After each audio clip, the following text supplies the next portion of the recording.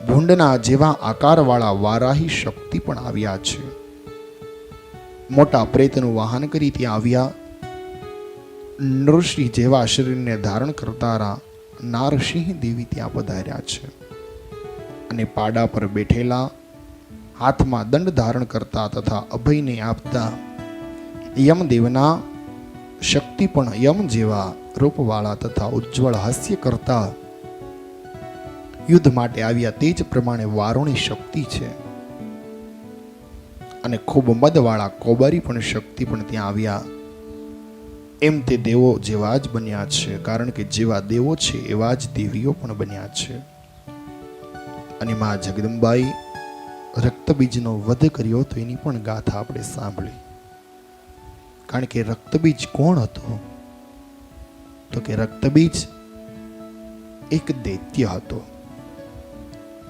જેણે એક માં જગદંબાની પાસેથી વરદાન મેળવ્યું હતું કે માં, મારું એક લોહીનું ટીપું જમીન પર પડે એમાંથી અનેક મારી જેવા રાક્ષસો ઉત્પન્ન થવા જોઈએ. કારણ કે કહેવાય છે માં તો સાવ ભોળી છે સાહેબ. માને તો તમે વરદાન માગો ને તપ કરીને એટલે માં વરદાન તો આપી દે. પણ માને ખબર હોય કે આને વરદાન આપું છું તો પાછું એ વરદાનને કેવી રીતના વાળવું એ પણ માને ખબર છે. અને ત્યારે રક્તબીજ એ માની સેવા પૂજા આરાધના કરીને માની પાસે વરદાન માગ્યું હતું કે હે માં, કે મારા શરીરમાંથી એક લોહીનું ટીપું પડે તો મારી જેવા હજારો લોકો ઉત્પન્ન થવા જોઈએ. એ રક્તબીજ કોણ? તો કે અત્યારની અંદર આપણે આ જોઈએ છીએ, જે અત્યારે આપણે જે મહામારીમાંથી પસાર થઈ રહ્યા છે, જે કોરોના મહામારી. એ કોરોના એટલે શું? તો કે મારા મત અનુસાર જો આપને કહું તો એ કોરોના એટલે કે રક્તબીજ છે સાહેબ. કારણ કે રક્તબીજનું એક લોહીનું ટીપું જો જમીન પર પડે તો એની જેવા અનેક રાક્ષસો ઉત્પન્ન થાય. એ જ પ્રમાણે જો કોઈ કોરોના વાળો માણસ એકને અડી જાય તો એનાથી કોરોનાનો વાયરસ અનેક લોકોને લાગે છે સાહેબ. તો વિચાર તો કરો, આદ્ય શક્તિમાં જગદંબા એ પરમ કૃપાળુ દયાના સાગર છે. ને એટલા માટે જ આપને જોવું હોય તો જોજો કે નવરાત્રી જશે ને પછી જ કોરોના જશે, મને એવું લાગે છે હવે. કારણ કે રક્તબીજના જો માં જગદંબાએ વધ કર્યો હોય તો પછી આ કોરોના તો શું કહેવાય. અને ત્યારે આ કોરોના પણ નવરાત્રી જશે એટલે વયો જશે, એટલો મને ભરોસો છે માની ઉપર સાહેબ. પછી તો આપણા મનના બધાના વેમ હોય તો એ મનની અંદર રહેવાના છે. ને મારા ગુરુજીએ કીધું હતું ને કે અત્યારે તો ગમે એવો મોટો મોટો માણસ હોય છતાં પણ પોતે બિલની અંદર આવીને બેસી જાય, બહાર નીકળવાનું નામ નથી લેતો. કારણ કે એકાબીજીને માણસને ભય સતાવે છે કે જો આને અડી જઈશ, આની પાસે જઈશ તો મને ચેપ લાગશે. અને કહેવાય છે કે કોરોના મહામારી એવી એટલી ખરાબ છે સાહેબ કે એની પાછળ કહેવાય કે કદાચ લાખ રૂપિયા નહીં પણ 25-25 લાખ રૂપિયા તમે વાપરી નાખો ને છતાં પણ માણસ સજીવન થાય કે ન થાય એની કોઈ જ ગેરંટી નથી. કારણ કે મને ખ્યાલ છે મારા યજમાન હતા એક સુરતની અંદર, એમણે 17 લાખ રૂપિયાનો ખર્ચો કર્યો છતાં પણ એ વ્યક્તિ હાથમાંથી ચાલ્યો ગયો છે. તો વિચાર કરો તો આપણે તો સામાન્ય માણસ છે અને તમે ને હું આ મા જગદંબાની ગોદમાં બેઠા છીએ ને સાહેબ, એટલા માટે આપણને અત્યારે ભય નથી. પણ જેવા જ આ કથા પૂરી કરીને જશું એટલે કોઈક ને કંઈ થાય. કારણ કે હવે માં વહી ગઈ છે, પણ માને એટલી પ્રાર્થના કરવાની કે હે મા જગદંબા, આ 9 દિવસીય તારી કથાને સાંભળ્યું હોય ને તો અમારા જીવનમાં કોઈ પણ પ્રકારનો રોગ ન આવવા દેતી. અને આજે કોરોના મહામારી ચાલી રહી છે આ 2020ની અંદર, એમાં એ કોરોના મહામારીને તો દૂર કરજે. અને ત્યારે માં નવ દુર્ગાનું પ્રાગટ્ય થયું અને માં નવ દુર્ગાએ રક્તબીજનો વધ કર્યો છે એ ગાથા આપણને આમાં બતાવે. અને ત્યારે જન્મજય રાજાએ વ્યાસ પ્રભુને પૂછ્યું કે કર્મ તથા પ્રાયશ્ચિત વિધિ શું છે? કે ગુરુદેવ, જે માણસ કર્મ કરે છે તો એની પાછળ એને કંઈક પ્રાયશ્ચિત કર્મ કરતું રહેવું જોઈએ. એ પ્રાયશ્ચિત કર્મ એટલે શું? તો કે કહેવાય છે કે દરરોજના 1000 રૂપિયા કમાતા હોય તો એમાંથી 10મો ભાગ કહેતા કે 100 રૂપિયા આપણે કહેવાય છે કે પ્રાયશ્ચિત વિધિ માટે કાઢવો જોઈએ. એ 100 રૂપિયા ભેગા કરી દર મહિને જે કે પણ કમાણીનું ભેગું થાય એમાંથી કોઈ ગરીબ માણસોને ભોજન કરાવવું સાહેબ. કારણ કે અમારે સુરતની પાસે એક વેલંજા ગામ છે ને વેલંજાથી થોડાક આગળ જાઓ એટલે ગલોડી ગામ છે. જેમ આપણે આ સાળંગપુર છે ને એવું જ ત્યાં ગલોડીની અંદર મિની સાળંગપુર મંદિર બનાવ્યું છે. એ બનાવનાર સદગુરુ શાસ્ત્રી સ્વામી બાલકૃષ્ણદાસજી છે સાહેબ, હનુમાનજી વાળા કહેવાતા. અત્યારે જો કે એ તો હાજર નથી, ભગવાનના ધામની અંદર છે, પણ અત્યારે પણ ત્યાં ખૂબ લોકો માણસો દર્શન માટે આવે. કારણ કે ત્યાં જીવનમાં જેટલા પણ માણસ મૂંઝાયેલા હોય ને, જે લોકો સાળંગપુર ન જઈ શકે એ લોકો ત્યાં ગલોડીની અંદર આવી અને હનુમાનજી મહારાજના દર્શન કરે ને તો પણ એના દુઃખ ભાંગીને ભૂખો થઈ જાય સાહેબ. કારણ કે કહેવાય છે કે સ્વામિનારાયણ સંપ્રદાયના સંતો કોઈ અમથા નથી કહેવાતા. કારણ કે એક સંતની અંદર તમે જુઓ, કોઈ હનુમાનજીની ઉપાસના છે કોઈની પાસે, તો કોઈની પાસે જગદંબાની ઉપાસના છે, કોઈની પાસે ગણપતિની ઉપાસના છે. અને એવા એ શાસ્ત્રી સ્વામી બાલકૃષ્ણદાસજી ગલોડીવાળા એમ કહેતા કે બેટા, જીવનમાં જો સુખી થવું હોય ને તો હંમેશને માટે કોઈ પણ જીવની આંતરડીને ઠારજે, ક્યારે પણ કોઈનો નિસાસો ન લેતો. કારણ કે કહેવાય છે કે કદાચ જો કોઈનો નિસાસો આપણને લાગી જશે ને તો આપણી એક પેઢી નહીં પણ 71 પેઢીનો નાશ થઈ જશે. માટે જ્યારે જ્યારે ભગવાન આપણને અવસર આપે ને ત્યારે સૌ કોઈની સાથે આપણે પ્રેમ ભાવથી વર્તન કરવું જોઈએ. ક્યારે પણ કોઈનો નિસાસો ન લેવો, કોઈની હાય ન લેવી, બને ત્યાં સુધી કોઈકનો હાશકારો લેવો. અને આજ એમના જે સિદ્ધાંતો પર અમે ચાલીએ છીએ. કારણ કે અમે પણ જ્યારે જ્યારે અમારી કથાઓ પૂરી થાય, યજ્ઞ પૂરા થાય એટલે નાના નાના બાળકોને ભોજન કરાવીએ. એ આદિવાસી વિસ્તારની અંદર ડાંગ જિલ્લામાં જઈ એ બાળકો તમે નાના નાના જુઓ કે બાળકોના પગમાં પહેરવા ચપ્પલ પણ ન હોય, પૂરા અંગે પહેરવાના વસ્ત્ર પણ ન હોય. તો એવા બાળકોની માટે જ્યારે આ કથાઓ દ્વારા થોડું થોડું જે દાન દક્ષિણા મળતી હોય ને એના દ્વારા એમાંથી અમે 50% ભાગ જે કે પણ મળતું એમાંથી અનાથ બાળકો માટે અમે કાઢી નાખીએ છીએ. ત્યારે તો કે અમે એવા સદગુરુ શાસ્ત્રી સ્વામી બાલકૃષ્ણદાસજીના માર્ગે ચાલનારા થયા છે ને એટલા માટે સાહેબ. કારણ કે અમારે આ જગતમાં કોઈની હાય નથી લેવી, અમારે તો જગતની અંદર બધાનો હાશકારો લેવો છે સાહેબ. કારણ કે એમનું સૂત્ર હતું કે ભૂખ્યાને ભોજન આપો, નિર્વસ્ત્રને વસ્ત્ર આપો, ચબૂતરાને ચણ નાખો. આ બધાના સૂત્રો હતા સાહેબ. અને એવા જ સૂત્રો અને એવા જ નિયમોને અમારા જીવનમાં પણ પાળીએ. કારણ કે ક્યારેય કોઈની હાય નહીં લેવી બને ત્યાં સુધી.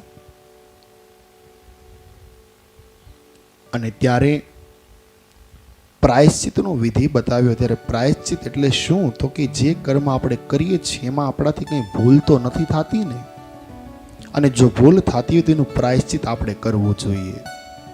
એટલે કોઈ પણ વસ્તુ આપણે કમાતો એમાંથી 10મો ભાગ આપણે આપણી બેન દીકરી એને આપવો જોઈએ.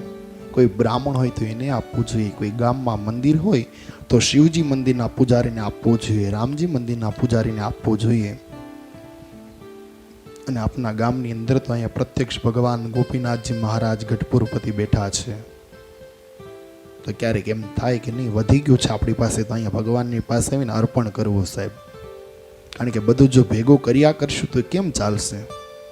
10મો ભાગ તો કાઢવો પડે ને થોડો થોડો.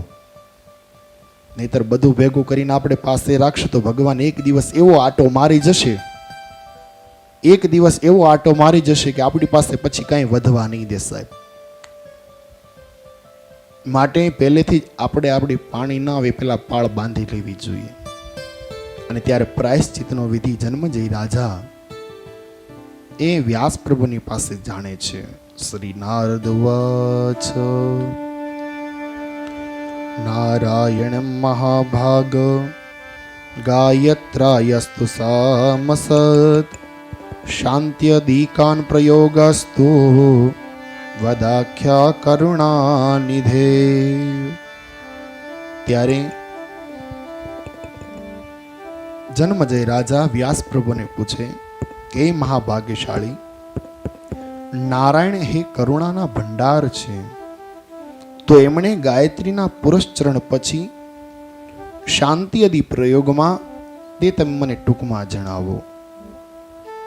શ્રી નારાયણ બોલ્યા કે હે બ્રહ્મન પુત્ર નારદ, આ અતિ ગુપ્ત વસ્તુ તમે મને પૂછી છે.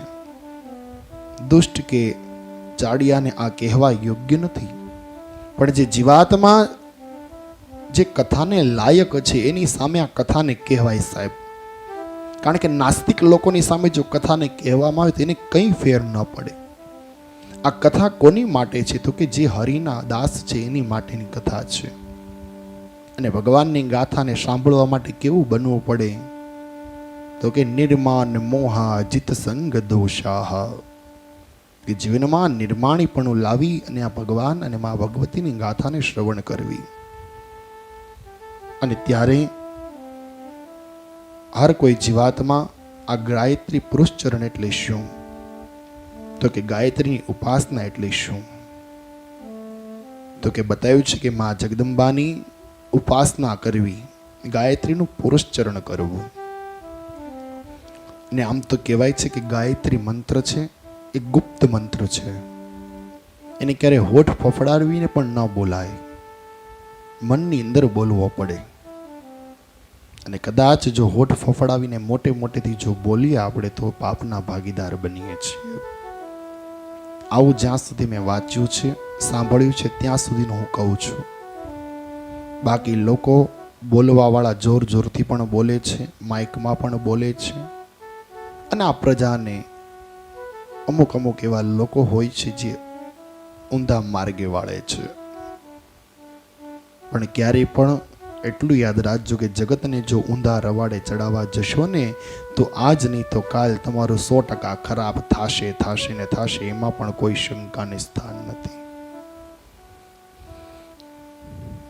હે નારદ મુનિ, લાંબો કાળ જીવવા ઈચ્છતા વિદ્વાન રાજાએ આ મનુષ્યએ અવશ્ય આ પ્રયોગ કરવા જોઈએ, જેથી તે બ્રાહ્મણોને સંતોષ થાય તેવી એને દક્ષિણા પણ આપવી જોઈએ. પણ શા માટે? તો કે એમણે જે પૂજા વિધિ કર્યા હોય એમની એને દક્ષિણા આપવી. અને જ્યારે અભિષેક સમયે ઋત્વિજ બ્રાહ્મણો જે અભિષેક કરતા હોય, અભિષેક ક્યારે થાય? તો કે બતાવ્યું છે કે જ્યારે રાજા એક ગાદી પર બેસે ત્યારે, યજમાન જ્યારે યજ્ઞમાં બેસે ત્યારે, અને ત્રીજો જ્યારે વરાજો પરણવા આવતો હોય ત્યારે અભિષેક કરવામાં આવે છે. અને આ અભિષેકના કોઈ મૂલ ચૂકવવામાં નથી આવતા, કારણ કે વેદ મંત્ર છે એ અભિષેક વખતે બોલાય છે. અને વેદની ક્યારે કિંમત ન આંકી શકાય સાહેબ,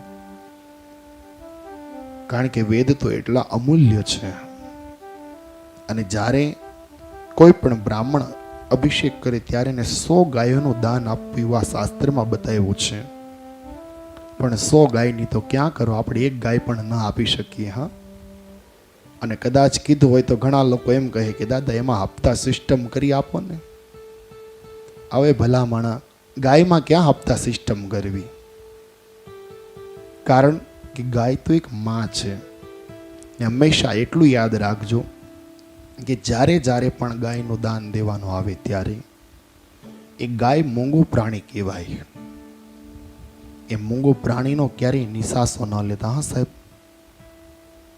કારણ કે ગાય બોલી ચાલી ન શકે. તમે દાન આપતા તો આપી દો, પણ સામેવાળી વ્યક્તિ છે કદાચ એને રાખી શકે કે ન રાખી શકે તો એના પાપના ભાગીદાર આપણે પણ બનીએ છીએ. માટે ગાયનું દાન આપો તેની પાછળ 1.25 વીઘો જમીન આપવી પડે. 1.25 વીઘો જમીન આપો તેની પાછળ દેખરેખ માટે ગોવાળ પણ આપવો પડે અને ગોવાળને પગાર પણ તમારે આપવો પડે.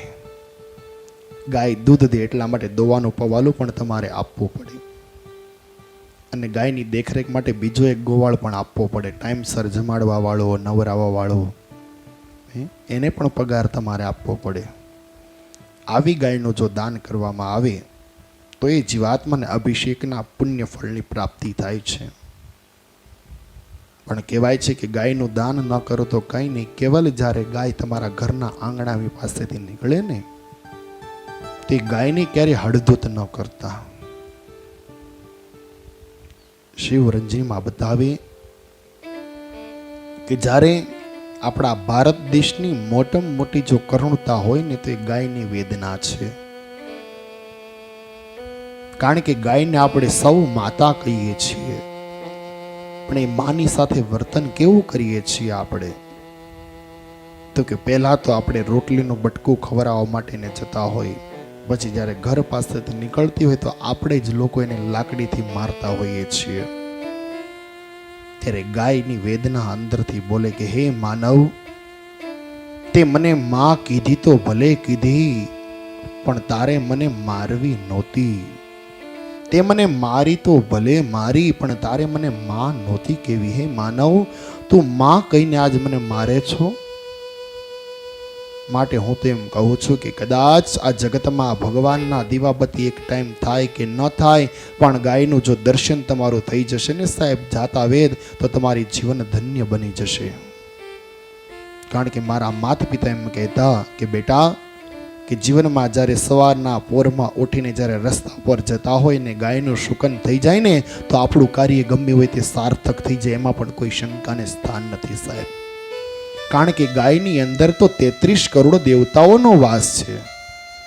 1, 2, 3 દેવતા નહીં, પણ જેને આપણે જોઈ નથી શકતા એવા 33 કરોડ દેવતાઓને એમાં વાસ છે.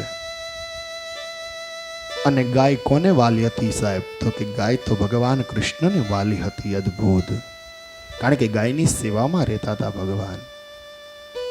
એટલા માટે જ હું કહું છું કે હરોજ અને માટે દરરોજ ગાયને એક રોટલી જમાડજો સાહેબ. કારણ કે જમણા હાથથી જો રોટલી તમે જમાડશો ને તો ગાય તમારા ભાગ્યની રેખાઓને બદલી દેશે. એટલે 100% ખાતરી હું તમને આપું આજ. પણ દરરોજને માટે હરેક ઘરમાંથી, હરેક પરિવારમાંથી આ જે લોકો ઓનલાઈન જોવે છે એમને પણ કરબદ્ધ પ્રાર્થના છે, અને પ્રત્યક્ષ પણ જેટલા લોકો બેઠા છે એમને કરબદ્ધ પ્રાર્થના છે કે દરરોજને માટે આપણા ઘરમાંથી એક રોટલી તો ગાયના ભાગની જવી જોઈએ સાહેબ. કારણ કે જો ગામડામાં રહેતા હોય ને એને ખબર હોય કે સવારના પોરમાં નાહી ધોઈને ઉઠી અને પહેલી રોટલી ગાયના માટે બનાવતા આપણે, અને એ રોટલીની ઉપર ઘી ચોપડી અને ગોળ લગાડી અને ગાયને આપો ને તો તમારા બધા જ કાર્ય મંગળ કરનારી છે ગાય. ઘણા લોકો એમ કહેતા હોય કે દાદા અમારું બધું અવળું પડે છે, અવળું પડે છે, કોઈ વસ્તુ સીધી થતી નથી. તો દેવી ભાગવતના મત અનુસાર હું તમને કહું કે જો દરરોજને માટે ગાયને એક રોટલી ઘી ચોપડીને ગોળ લગાડીને જમાડવામાં આવશે ને સાહેબ, તો તમારા બધા જ કાર્ય સાર્થક થવા લાગશે. એમાં પણ કોઈ શંકાને સ્થાન નથી. પણ પ્રથમ આપણે ગાયનું મહત્વ સમજવું પડશે. ના દુનિયામાં હંમેશા કહેવાય છે ને, એક ઘરની માં દુખી હોય, એક ગાયમાં દુખી હોય આપણી, અને એક આપણા કુળની દેવી એ પણ દુખી હોય સાહેબ. કારણ કે કુટુંબ પરિવારના લોકો બહુ માનતા ન હોય એટલે કુળની દેવી દુખી હોય. અને જે દીકરો 5-10 વર્ષ લગ્ન કર્યા હોય ને પોતાની પત્નીમાં આસક્ત બની અને માને ભૂલી જાય એટલે ઘરની માં દુખી હોય. અને ત્રીજી જે માં કીધી એટલે કે ગાય માતા, એ માં આપણી દુખી છે આ જગતમાં મોટામાં મોટી. કારણ કે આપણે ગાયને બટકું રોટલો ન ખવડાવી શકીએ ને ભાઈ, તો આપણને એ ગાયને મારવાનો અધિકાર નથી અને ધિત્કારવાનો પણ આપણને અધિકાર નથી. કારણ કે જો તમે ગાયને એક લાકડી મારશો ને તો એ લાકડી આખા વિશ્વના દેવ એવા ભગવાન કૃષ્ણ પરમાત્માને લાકડી વાગશે સાહેબ. માટે ક્યારે પણ ગાયના દ્રોહ ન કરવો, ગાયનો ક્યારેય શ્રાપ ન લેવો, બને ત્યાં સુધી ગાયની પૂજા કરવી સાહેબ, કારણ કે ગાય આપણી માતા છે એટલા માટે. અને ત્યારબાદ જન્મજય રાજા કહી કે વ્યાસ પ્રભુ, કે જ્યારે આ પુરુષ ચરણની વિધિની અંદર બતાવ્યું છે કે બ્રાહ્મણો જ્યારે અભિષેક કરે ત્યારે બ્રાહ્મણોને 100 ગાયનું દાન બતાવો, પણ કહેવાય છે કે દ્વિજ વર્ણે શનિવારના દિવસે પીપળાના વૃક્ષનો સ્પર્શ કરી 100 વાર જપ કરવો, જેથી ભૂત રોગ કે અભિચારી થયેલા મોટા ભયથી તે છૂટી જાય છે. કે જે જીવાત્મા ભૂત પ્રેત આદિથી પીડાતો હોય એ જીવાત્માએ ગાયત્રી મંત્રનો શનિવારના દિવસે જપ કરવાથી, પીપળાના વૃક્ષનો સ્પર્શ કરવાથી એ જીવાત્માને મુક્તિ મળે છે. અને કહેવાય છે કે જે લોકોને વારંવાર તાવ આવ્યા કરતો હોય ને, જે લોકોને વારંવાર તાવ આવ્યા કરતો હોય તો એવા લોકોએ તાવની શાંતિ માટે થઈ દૂધમાં ભીજવેલા આંબાના પાંદડા તો ઘીથી હોમ કરવો જોઈએ. કે જે લોકોને વારંવાર તાવ આવતો હોય એવા જીવાત્માએ તાવની શાંતિ માટે થઈ દૂધમાં ભીંજવેલા આંબાના પાંદડા એને લઈ અને હોમ કરવાનો કે યજ્ઞ કરવાનો, તો હંમેશને માટે તાવમાંથી મુક્તિ મળે. આવું દેવી ભાગવતમાં બતાવ્યું છે 11મા સ્કંદની અંદર. અને ત્યારબાદ દૂધમાં ભીજવેલી વડજ વડે હોમ કરવાથી મનુષ્યના ક્ષય રોગનો નાશ થાય છે. તેમજ દૂધ, દહીં અને ઘી એ ત્રણેયનો હોમ કરવાથી પણ ક્ષય રોગને જે થયો હોય એમાંથી એને મુક્તિ મળે છે. કારણ કે હોમ કરી દૂધપાક અન્નનું સૂર્યને નૈવેદ્ય ધરી ક્ષય રોગથી પીડાયેલાને જો ખવડાવવામાં આવે તો તેને તે ક્ષણે ક્ષય રોગમાંથી મુક્તિ મળે છે. કે જે જીવાત્માને ક્ષયનો રોગ થયો હોય તો એ જીવાત્માએ શું કરવું? તો કે દૂધ, દહીં અને ઘી ત્રણેયને મિશ્રણ કરી અને યજ્ઞની અંદર હોમ કરવો, અને ત્યારબાદ દૂધપાકનું નૈવેદ્ય ભગવાન સૂર્યનારાયણને અર્પણ કરવું. અને ભગવાન સૂર્યનારાયણને અર્પણ કરવાથી પછી એ જ નૈવેદ્ય જે ક્ષય રોગ થયો હોય એ જીવાત્માને જમાડો, તેને ક્ષય રોગમાંથી મુક્તિ મળે છે. અને ત્યારબાદ કહેવાય છે કે ક્ષય રોગની શાંતિ માટે અમાસના દિવસે સોમવલ્લીની કાતરીઓ કાપીને દૂધમાં ભીજવીને તેનો દ્વિજવર્ણય હોમ કરવો. શંખ વૃક્ષના પુષ્પનો હોમ કરવાથી કોઢનો નાશ થાય છે. કે જે જીવાત્માને કોઢ થયો હોય એ જીવાત્માએ શંખ વૃક્ષના પુષ્પનો હોમ કરવો જોઈએ, અથવા તો અઘેડના બીનો હોમ કરવાથી વાયનો રોગ નાશ પામે છે. આ પ્રમાણે અલગ અલગ જીવાત્માને અલગ અલગ જે પ્રકૃતિના ગુણો હોય છે, જે બીમારીઓ હોય છે, એ બધાના જ લક્ષણો દેવી ભાગવત મહાપુરાણમાં 11મા સ્કંદની અંદર બતાવ્યા છે. અને ત્યારે જે જીવાત્માએ લક્ષ્મીની પ્રાપ્તિ કરવી હોય, અત્યારે તો લક્ષ્મીની પ્રાપ્તિ કોને ન જોતી હોય સાહેબ? લક્ષ્મી તો બધાને જોઈએ છે, પણ લક્ષ્મીના 10 પ્રકાર બતાવ્યા છે. 10 પ્રકારની લક્ષ્મીની અંદર એક આસુરી લક્ષ્મી આવે અને એક સુરી લક્ષ્મી આવે, જે એક ટેબલ ઉપરથી પણ આવે ને એક ટેબલ નીચેથી પણ આવે, અને એક જમણી બાજુથી પણ આવે ને એક ડાબી બાજુથી પણ આવે છે. તે લક્ષ્મી પ્રાપ્તિ માટે શું કરવું? તો કે જે મનુષ્ય પૂર્વોક્ત શાંતિ કરવા પોતે અશક્ત હોય તેને દક્ષિણા આપીને બ્રાહ્મણ પાસે શાંતિ કરાવવી જોઈએ. અને કહેવાય છે કે પુષ્પથી હોમ કરી દ્વિજ વર્ણની પુષ્ટિ સંપત્તિ તથા લક્ષ્મીને પ્રાપ્ત કરે છે.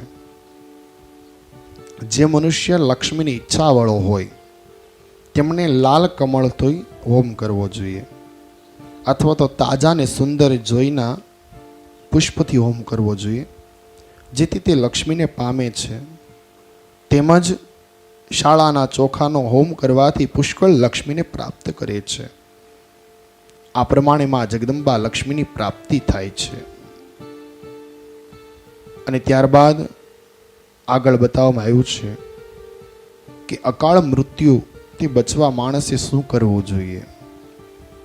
તો કે ખીજડાની સમાધિ અન્ન દૂધ તથા ઘી વડે 7 દિવસ સુધી 100 આહુતિઓનો હોમ કરવાથી જીવાત્માને અકાળે મૃત્યુ થતું બચી શકે છે. અને ત્યારબાદ જે જીવાત્માએ પોતે મૃત્યુ પર વિજય મેળવવો છે એમણે શું કરવું? તો કે માત્ર દૂધનો જ આહાર કરી 7 દિવસ સુધી ગાયત્રી મંત્રનો જપ કરવો, તો મૃત્યુ ઉપર એને વિજયની પ્રાપ્તિ થાય એવી આ ગાથાઓ છે. અને ત્યાં 11મા સ્કંદને વિરામ કર્યો છે. 12મા સ્કંદની ગાથાઓને શ્રવણ કરીએ ત્યારે શ્રી ગાયત્રી ઉવાચ સદાચાર વિધિર્દેવા ભક્ત્યા વર્ષિતો પ્રભો તસ્ય પ્લુપ્તા મહાવ્યેદમ સર્વ પાપ વિનાશનમ. નારદજીએ પૂછ્યું, હે પ્રભુ, સદાચારનો વિધિ શું છે તે આપ મને જણાવો. ત્યારે જન્મજય રાજાએ વ્યાસ પ્રભુને પૂછ્યું કે હે ભગવાન, હે વ્યાસ પ્રભુ, કે આપ મને બેલીપત્રની અને માં જગદંબા ત્રણેય ભુવનની રક્ષા કરે છે, રુદ્રાક્ષનું મહત્વ અને ત્રિકાળ સંધ્યાનું મહત્વ જે છે તે આપ મને સમજાવો. કારણ કે દેવી ભાગવત મહાપુરાણની ગાથા તો ખૂબ અલભ્ય છે. અને મેં પહેલા પણ કીધું કે આને ગાથાને ગાવા માટે કોઈ સમર્થ નથી, પણ છતાં પણ એક માં જગદંબાનો આશીર્વાદ મળ્યો છે. ત્યારે નાની નાની શેષ કથાઓને લઈ અને આપને સમજાવું કે માં જગદંબાને બીલી પત્ર અર્પણ કરવાથી આપણને શું ફળ મળે છે. તો કે સાધુ પુરુષો પૂજા વિધિમાં અનેક પ્રકારના પુષ્પ અર્પણ કરવાનું કહે છે. તે પુષ્પ અર્પણ કરીને મનુષ્ય કૈલાસ ધામને પ્રાપ્ત કરે છે. અને દેવી ભાગવતના મત અનુસાર માં જગદંબાને બિલ્વપત્ર અર્પણ કરવા જોઈએ. કારણ કે જે મનુષ્ય માં જગદંબાને બિલ્વપત્ર અર્પણ કરે છે તો એ જીવાત્માને કોઈ પણ પરિસ્થિતિમાં દુઃખ ભોગવવું પડતું નથી. એટલા માટે એ માં જગદંબાને બિલ્વપત્ર ચડાવવામાં આવે છે, એવા દેવી ભાગવતમાં બતાવ્યું છે. અને બિલ્વી પત્ર ઉપર શું લખીને માં જગદંબાને ચડાવીએ તો એ રાજી થાય? તો કે દેવી ભાગવત મહાપુરાણમાં બતાવ્યું કે પોતાની કુળદેવી માને 3 પાકડી વાળું બિલીપત્ર લઈ લાલ ચંદન અથવા તો કંકુ ચંદનને મિક્સ કરી યત્નપૂર્વક સ્પષ્ટ અને સુંદર અક્ષરોમાં માયા બીજ મંત્ર રીમ 3 વાર લખવો. માયા બીજ જેના આદિમાં હોય તે સાથે ચોથી વિભક્તિનું ઉચ્ચારણ કરી અંતમાં નમઃ શબ્દ જોડવો. તો કે બતાવ્યું છે કે પેલા પાનની ઉપર ઓમ, બીજા પાનની અંદર રીમ, ત્રીજા પાનની અંદર ભુવનેશ્વરીએ નમઃ, અથવા તો આપ જેને માનો છો એનું નામ સ્મરણ કરી આ લખી અને માં જગદંબાને જો અર્પણ કરવામાં આવે તો એ માં જગદંબા એ જીવાત્માના તમામ દુઃખોને નાશ કરનારી છે. અને એ બિલીપત્ર અર્પણ કરે જો મનુષ્ય ભક્તિભાવપૂર્વક તો એને બ્રહ્માંડનો સ્વામી બનાવે છે, એવા દેવી ભાગવતમાં બતાવ્યું છે. અને માં જગદંબાને કયા કયા પુષ્પ ચડાવવાથી માં જગદંબા ઉત્તમ ફળ આપે એ પણ બતાવ્યું. તો કે દેવી ભાગવતના મત અનુસાર જાસૂદનું ફૂલ, બપોરિયાનું ફૂલ, દાડમના ફૂલનો પણ આવો વિધિ શાસ્ત્રમાં બતાવ્યો છે. જે પ્રમાણે બીજા પુષ્પ પણ વિધિપૂર્વક ભગવતીને અર્પણ કરવાથી અનંત પુણ્ય ફળની પ્રાપ્તિ થાય છે તે સ્વયં ભગવાન પણ જાણતા નથી. કારણ કે માં જગદંબાનો મહિમા તો આ જગતમાં કોણ જાણી શકે? કારણ કે દેવતા પણ માં જગદંબાના મહિમાને જાણવા માટે અસમર્થ હોય તો તમે ને હું તો પામર મૂઢ મનુષ્ય છે, માને કેમ જાણી શકીએ? અને ત્યારે માં જગદંબા ત્રણેય ભુવનો આપણા જીવનમાં ક્યારે આપે? તો કે બતાવ્યું છે કે દેવી પુરાણના મત અનુસાર ચંદન સહિત અગુર, કપૂર, ઘી તથા ગુગળ સહિત લોબાનનો ધૂપમાં ભગવતીને અર્પણ કરવામાં આવે તો ધૂપ વડે મંદિરને સુવાસિત કરનાર પર પ્રસન્ન થઈ માં આદ્યશક્તિ ત્રણ ભુવનો અર્પણ કરનારી બને છે. અને ત્યાર પછી માં જગદંબાને દૂધ, દહીં, ઘી, મધ અને સાકર આ 5 વસ્તુથી માં જગદંબાને સ્નાન કરાવવું જોઈએ. તે 5 વસ્તુનો મહિમા શું છે? શું કામ માને 5 વસ્તુ અર્પણ કરવી? તો કે દેવી ભાગવતમાં બતાવ્યું છે જે ગાયત્રી પુરુષ ચરણના વિધિની અંદર કે જે જીવાત્મા મનુષ્ય દૂધથી ભરેલા કળશથી વેદ મંત્રો સાથે દેવીને સ્નાન કરાવે છે તે કલ્પ સુધી ક્ષીરસાગરમાં નિરંતર સ્થાન પ્રાપ્ત કરે છે. જે મનુષ્ય દહીંથી સ્નાન કરાવે તો તેને દધી કુંડનો અધિપતિ થાય છે. જે મનુષ્ય મધ તથા ઘી તથા ખાંડ સાકરથી સ્નાન કરાવનાર જે તે વસ્તુઓનો સ્વામી બને છે. અને ભક્તિપૂર્વક હજારો કળશથી માં જગદંબાને સ્નાન કરાવનાર પુણ્યાત્મા પુરુષ આ લોકમાં સુખ ભોગવી પરલોકમાં પણ સુખની પ્રાપ્તિ કરે છે. અને કહેવાય છે કે જે જીવાત્મા દરરોજને માટે થઈ કપૂરની ગોટી યુક્તમાં જગદંબાને દીવો અર્પણ કરે છે તો એ જીવાત્માને સૂર્યલોકની પ્રાપ્તિ થાય છે. એટલું આ કપૂરની ગોટીનું મહત્વ છે. આપણને એમ થતું હશે કે કપૂરની ગોટી આરતી પછી શા માટે મૂકતા હોય? તો કે ધર્મશાસ્ત્રીઓ બતાવે છે કે જે જીવાત્મા દરરોજને માટે કપૂરયુક્ત થઈ માં જગદંબાને દીવો અર્પણ કરે તો માં જગદંબા કહે છે કે જીવાત્માને સૂર્યલોકની હું પ્રાપ્તિ કરાવું છું. અને કહેવાય છે કે જ્યારે આપણો ઉમરો હોય, બાર શાખ હોય ને ત્યારે ત્યાં પણ એક કપૂરની ગોટી કરવી, કારણ કે માં જગદંબા આપણા દ્વારની પણ રક્ષા કરે છે. કારણ કે અસુરી તત્વ આવે ક્યાંથી? તો કે દ્વાર ઉપરથી આવે.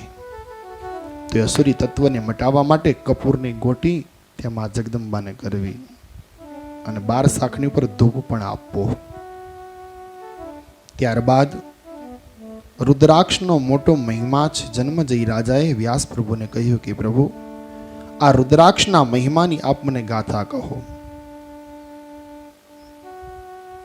રુદ્રાક્ષનું મોટું મહાત્મ્ય છે કે જે વ્યક્તિ પોતાના ગળામાં 32 માથા પર કહેવાય છે કે પોતાના ગળામાં 32, માથા પર 40 અને બંને કાન પર 6 અને હાથની અંદર 12, બંને ભુજાઓમાં 16, શિખામાં 1 તથા વક્ષસ્થળમાં 108 રુદ્રાક્ષ ધારણ કરે છે તે સ્વયં ભગવાન નીલકંઠ માનવામાં આવ્યા છે.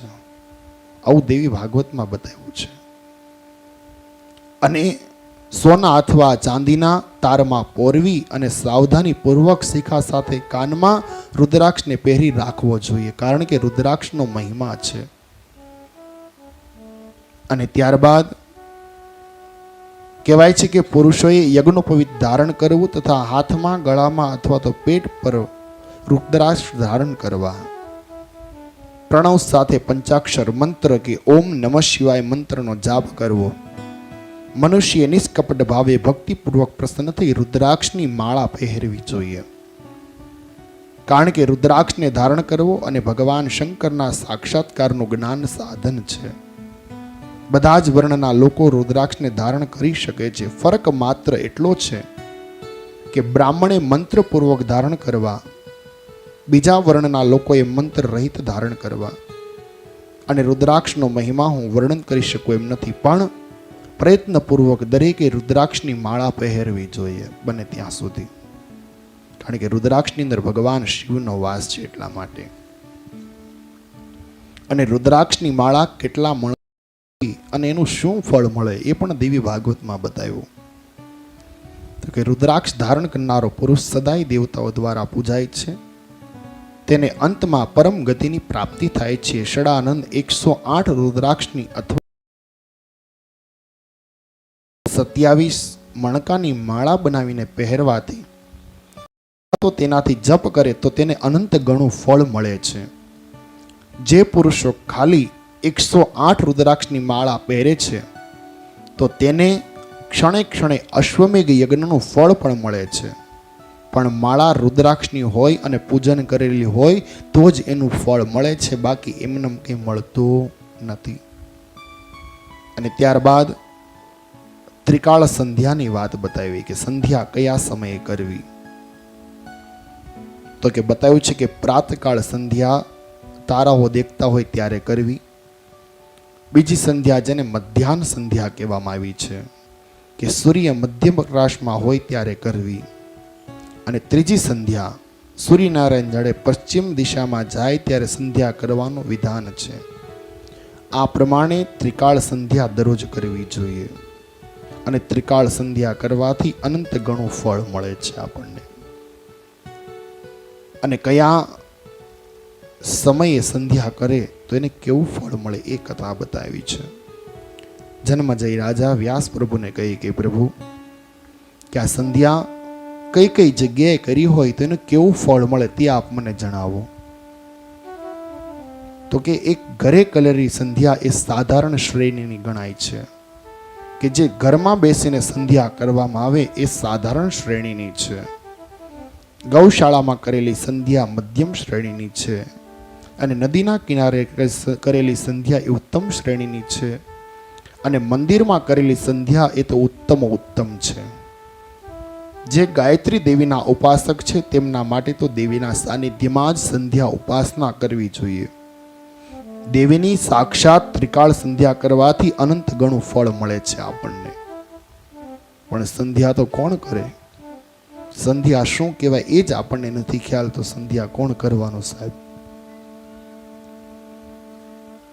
અને ત્યારબાદ 1 થી 14 રુદ્રાક્ષ, 1 થી 14 મુખવાળા રુદ્રાક્ષ કોને કહેવાય, એના સ્વરૂપો કયા છે એ આપ મને જણાવો. અને કહેવાય છે કે જ્યારે કોઈ પણ જીવાત્માની જિજ્ઞાસા જાગે ને કંઈક જાગવાની, ત્યારે સદગુરુ એને જ્ઞાન આપે છે.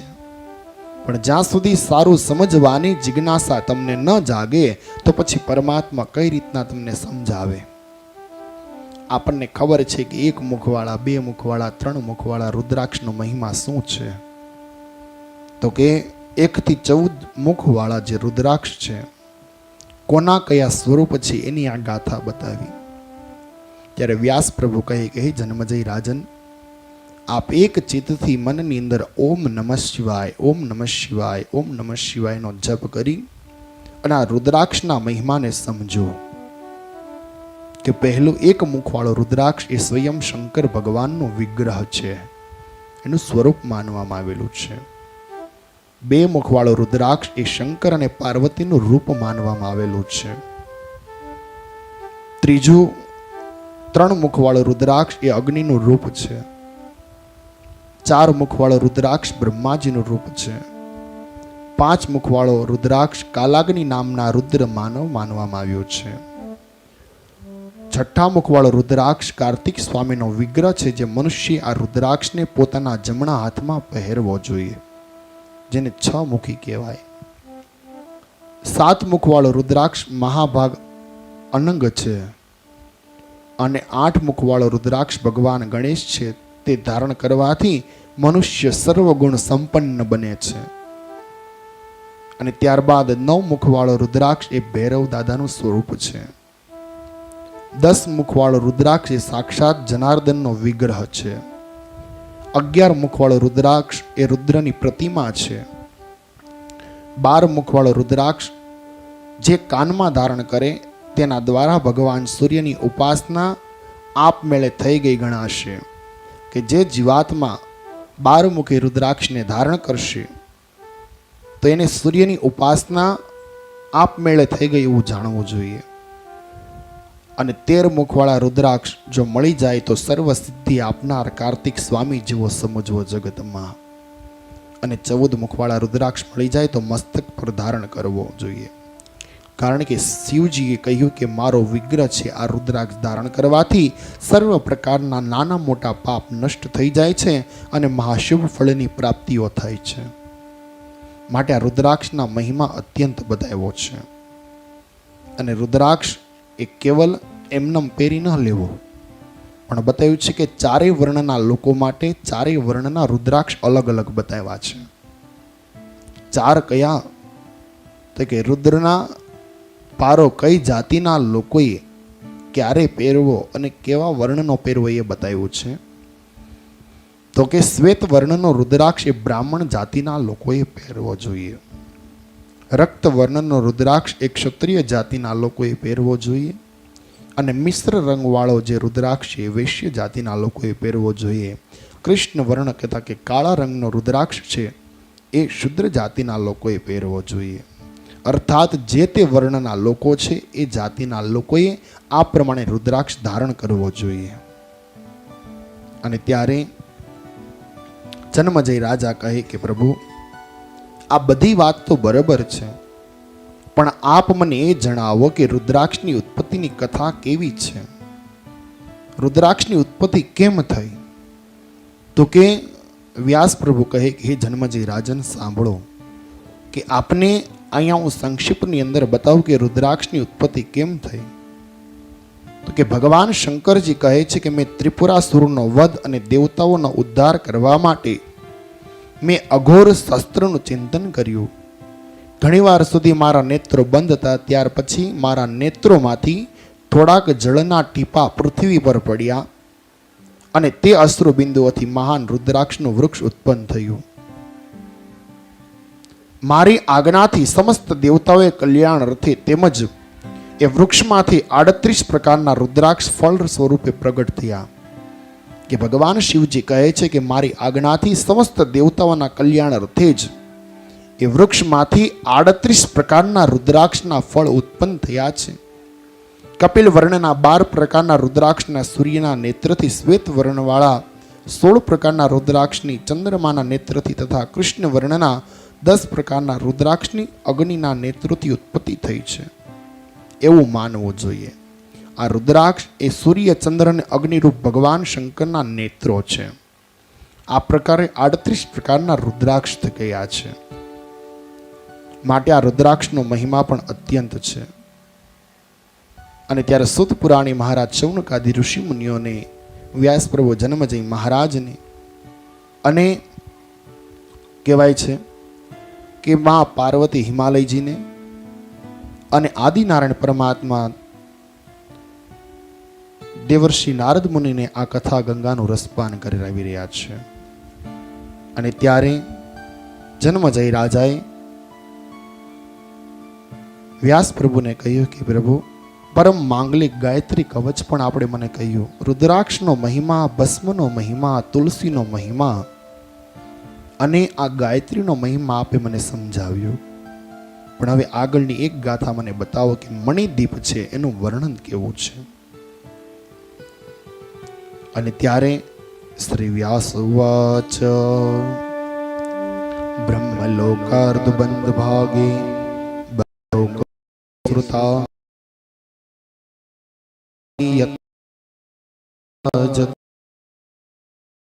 કહેવા લાગ્યા જગદંબા વર્ણન તો અદ્ભુત. વ્યાસ પ્રભુ બોલ્યા, લોકથી પણ ઉપરના ભાગમાં છે કહેવામાં આવ્યો છે. જ્યાં દેવી સ્વયં બિરાજે છે એ મણિદીપ સર્વલોક કરતા અધિક છે. તેથી સર્વલોક કહેવાય છે. અને સર્વ જગતના આદિમાં મૂળ પ્રકૃતિ સ્વરૂપ જગદંબા છે. પોતાને રહેવા માટે જ માનસિક ઈચ્છાથી તેને બનાવ્યો છે. અને મણિદીપ કૈલાસ કરતા અધિક છે અને વૈકુંઠ તથા ગૌલોક કરતા પણ અધિક કહેવામાં આવ્યો છે. ત્રણેય લોકમાં તેના જેવું સુંદર સ્થાન કોઈ લોકમાં નથી. હે રાજન, ત્રણેય જગતના છત્ર રૂપ સંસારના તાપનો નાશ કરનાર અને સર્વ બ્રહ્માંડના પ્રતિબિંબ સ્વરૂપ તે સ્થાન છે. એ મણિદીપને ચારે બાજુ અનેક યોજન વાળો વિસ્તાર છે. તેટલો જ ઊંડો અમૃતનો સમુદ્ર પણ છે. અને એ સમુદ્ર વાયુના અથડાવાથી ઉછળતા સેંકડો તરંગો વ્યાપ્ત થાય છે. અને રત્નોથી સ્વચ્છ છે, રેતીથી યુક્ત છે, માછલાઓ તથા શંખોથી વ્યાપ્ત છે. મોજાના સંઘર્ષણથી ઉત્પન્ન થતા મોજાના કણોથી શીતળતા છે. ભાત ભાતની ધજાઓ વાળા અનેક વાહનોના આવવા જવાથી શોભી રહ્યા છે. અને કહેવાય છે કે જ્યારે જ્યારે પણ દરિયાની અંદર માછીમારો હોય ત્યારે દરિયાની અંદર જ્યારે સવારી કરતા હોય ને ત્યારે માં જગદંબાને એક શ્રીફળ અને ચુંદડી અર્પણ કરતા હોય છે. એ અર્પણ કરીને પછી જ આગળ નૌકાને આગળ લઈ જાય. ત્યારે એક પ્રસંગની સહાનુભૂતિ થાય એટલા માટે આપણે એક નાનો પ્રસંગ કહું કે કહેવાય છે કે એક વણિક શેઠ હતા અને શેઠ એક નાવિકની પાસે કહેવાય છે કે વહાણમાં બેઠા. એની પાસે હીરા માણેક મોતી જવેરાત હતા.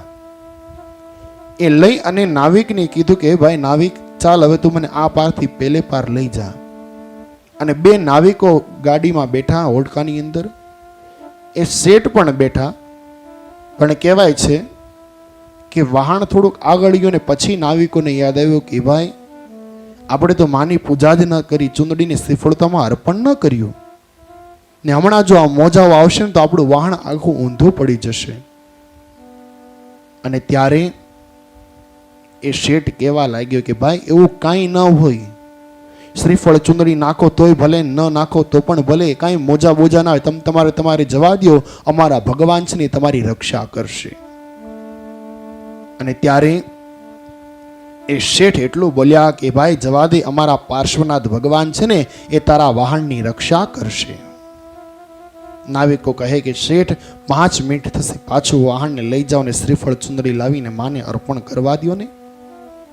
અને ત્યારે કહેવાય છે કે શેઠ ના પાડે કે ના ના ભાઈ, તારે કંઈ જવું નથી, તું વાહનને આગળ ચલાવ. અને ત્યારે કહેવાય છે કે મોજા ધીમે ધીમે ધીમે કરતા મોજા આવવા લાગ્યા છે. આકાશની અંદર વીજળી થવા લાગી છે, આકાશમાં તડાકા અને ભડાકા થવા લાગ્યા છે. અને આકાશની અંદર વીજળીના ચમકારા થવા લાગ્યા અને શેઠ મૂંઝાવા લાગ્યો, હવે કરવું શું? નાવિકો કહે કે શેઠ, મેં તમને પહેલા જ કીધું તો અમને જવા દો અને માને ચુંદડીને શ્રીફળ અર્પણ કરવા દો. ત્યારે શેઠ કહે કે ના ના, તમે જવા દો, કઈ ચિંતા કરો માં, મારા ભગવાન છે, બચાવવા માટે આવશે. અને કહેવાય છે કે ત્યારે શેઠ પણ મનમાં મૂંઝાણા, ભગવાન પણ હવે આવ્યા નથી. અને ત્યારે કહેવાય છે કે મધ દરિયાની અંદર વહાણ તોફાને ચડ્યું સાહેબ. અને મોજાઓ ઉછળવા લાગ્યા, વહાણ પણ હલવા લાગ્યું. અને સામે દેખાય છે કે આરાસુરની માં અંબાનું સ્થાનક છે. અને ત્યારે નાવિકો માં અંબાને પ્રાર્થના કરે છે કે હે માં આકાશ પાતાળ ધૂધર યંબર નાથ સુરા નર પાયન મે.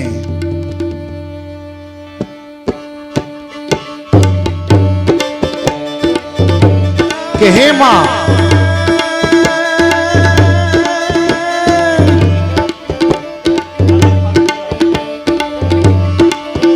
નવરાત નવેલી બનિયલ વેલી, ભાવ ભરેલી માં ભબકેલી, કરવટ પર કેલી, કમર કટેલી, સંગ સહેલી સાધેલી. બન ચંપક મેલી, માન ઘનેરી, સોલ સજેલી શણગારી.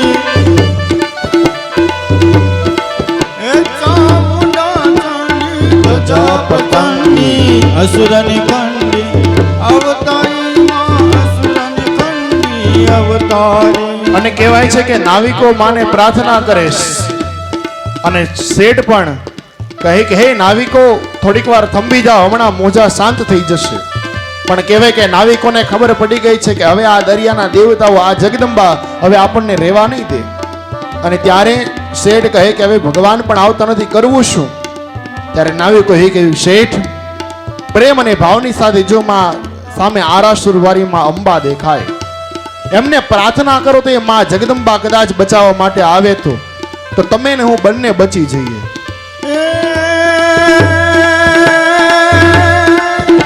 નવલા કે દરિયા આડા દરિયા, માત સમરિયા આવતને. અરે બહેન તઈ વારે કર તું જાને, બેઠી પાલે નવ ઘનને. અને આ પ્રમાણે કહેવાય છે કે શેઠે માં અંબાને પ્રાર્થના કરી કે હે માં અંબા, આજ તું મને બચાવી લે, જો આમાંથી તું મને ઉગાડી દઈશ ને તો હે માં તારા મંદિર હું બનાવીશ, તને સોનાનું 17 હું ચડાવીશ. અને માને વચન આપ્યું અને માને એમ થયું કે લાવ આ શેઠ આજ મૂંઝવણમાં પડ્યો છે તો લાવ એના વાહનને હું ત્યાંથી બહાર કાઢી આપું. અને કહેવાય છે કે માં જગદંબા તો દયાની સાગર છે, કૃપાળુ છે. અને મોજાઓને શાંત કર્યા છે માએ પોતાના એક હાથથી માએ એ વાહનને આ પારથી પેલે પાર લાવ્યા છે. પણ કહેવાય છે કે વણિક શેઠ થોડોક સમય ગયો, વાહનની અંદરથી બધો સામાન લઈ પોતાના ઘરે પણ પહોંચી ગયો. અને ઘરે પહોંચીને પછી તો બધાને કહેવા લાગ્યું કે મારા ભગવાને અમને બચાવ્યા, મારા ભગવાને મને બચાવ્યા છે. અને તે જ રાત્રિના સમયમાં જગદંબાના સપનમાં આવ્યા અને માં અંબા કહે કે હે શેઠ, આપને યાદ છે ને કે જ્યારે આપનું વાહન મધ દરિયે ડૂબતું હતું ત્યારે આપને બચાવવા માટે હું અંબા સ્વયં આવી હતી.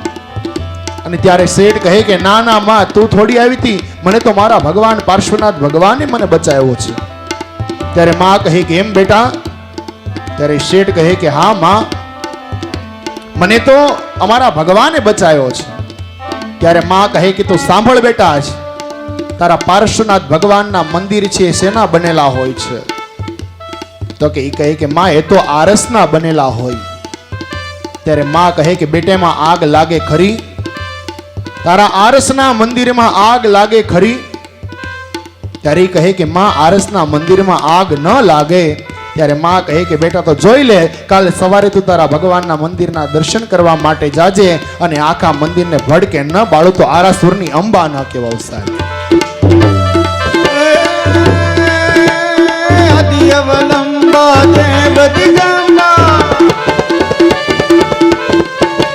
આદિ અવલંબા દેવ દિગંબા જય જગદંબા હરિયંબા હરિયંબા પ્રતિકિરણ પ્રલંબા જળ હલદંબા જાત જગંબા જળગંબા બૌદ્ધિ પ્રતલંબા કૌશઠી અંબા રમે કદંબા નવરાત્રી નવરાત્રી ભગવરા કંડી પ્રગટ પ્રચંડી નમિયે ચંડી પરભાગીમાં નમિયે ચંડી પરભાગી. અને કહેવાય છે કે બીજા દિવસે સવારમાં એ શેઠ પોતાના પાર્શ્વનાથ ભગવાનના મંદિરના દર્શન કરવા માટે જાય. અને કહેવાય છે કે પહેલું પગથિયું, બીજું પગથિયું, ત્રીજું પગથિયું, જેમ પાંચમું પગથિયું ચડવામાં ગયો એટલામાં તો માં જગદંબાએ આખી એ દેરાસરની અંદર એના ભગવાનના મંદિરને બાળીને ભસ્મ કર્યા છે. અને ત્યારે શેઠ કહેવા લાગ્યું કે હે માં, હવે તું મને છોડાવ, હવે અગ્નિની દાવાગ્નિ મને સહન નથી થતી. ત્યારે માં કહે કે બોલ શેઠ, હવે તારે મંદિર બનાવવાનું છે, 17 ચડાવવાનું છે?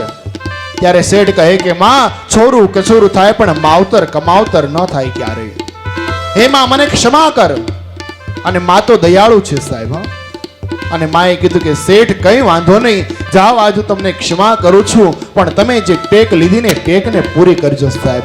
આ છે અંબા, કદાચ જો આપણે ભૂલી જઈએ તો યાદ ઈ કરાવે, એનું નામ શક્તિ. બોલી અંબે માત કી જય, નવ દુર્ગા માત કી જય.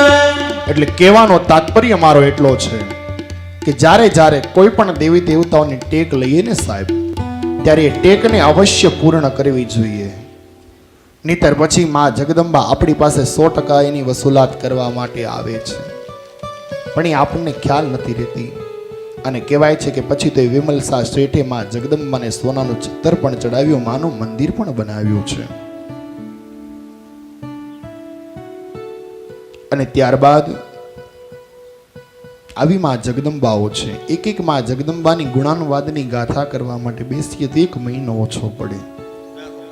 પણ કહેવાય છે કે મૂળ ગ્રંથને સાથે રાખી અને માં જગદંબાની ગાથા કરવી જોઈએ.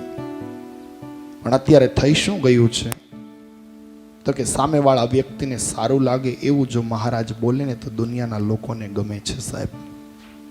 પણ ગ્રંથની અંદર શું છે એ જો મહારાજ કહે તો એ કોઈને ગમતું નથી, કારણ કે આપણા મગજમાં બેસતું જ નથી. આપણને તો શું ગમે તો કે કેવલ મહારાજ કથાની અંદર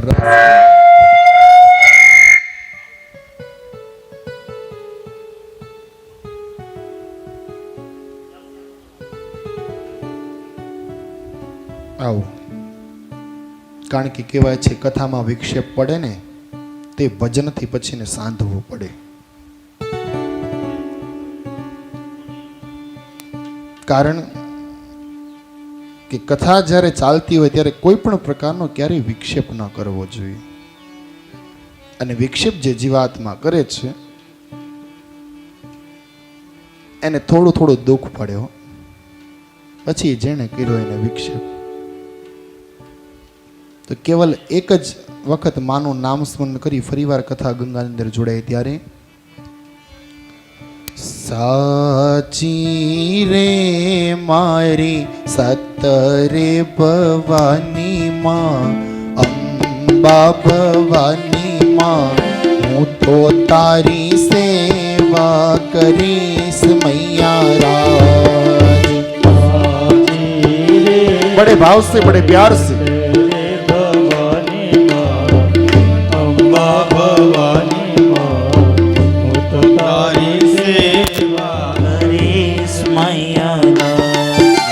साची रे मारी सतरे भवानी माँ, अंबा भवानी माँ, હું તો તારી સેવા કરીશ મૈયા રાજ. बड़े भाव से बड़े प्यार से सब गाए. भवानी माँ, अंबा भवानी माँ, હું તો તારી સેવા કરીશ જે નવ નવ નોરતાની પૂજાઓ કરીશ માં, પૂજાઓ કરીશ માં, દશેરાને દાડે તારો હવન કરીશ માં.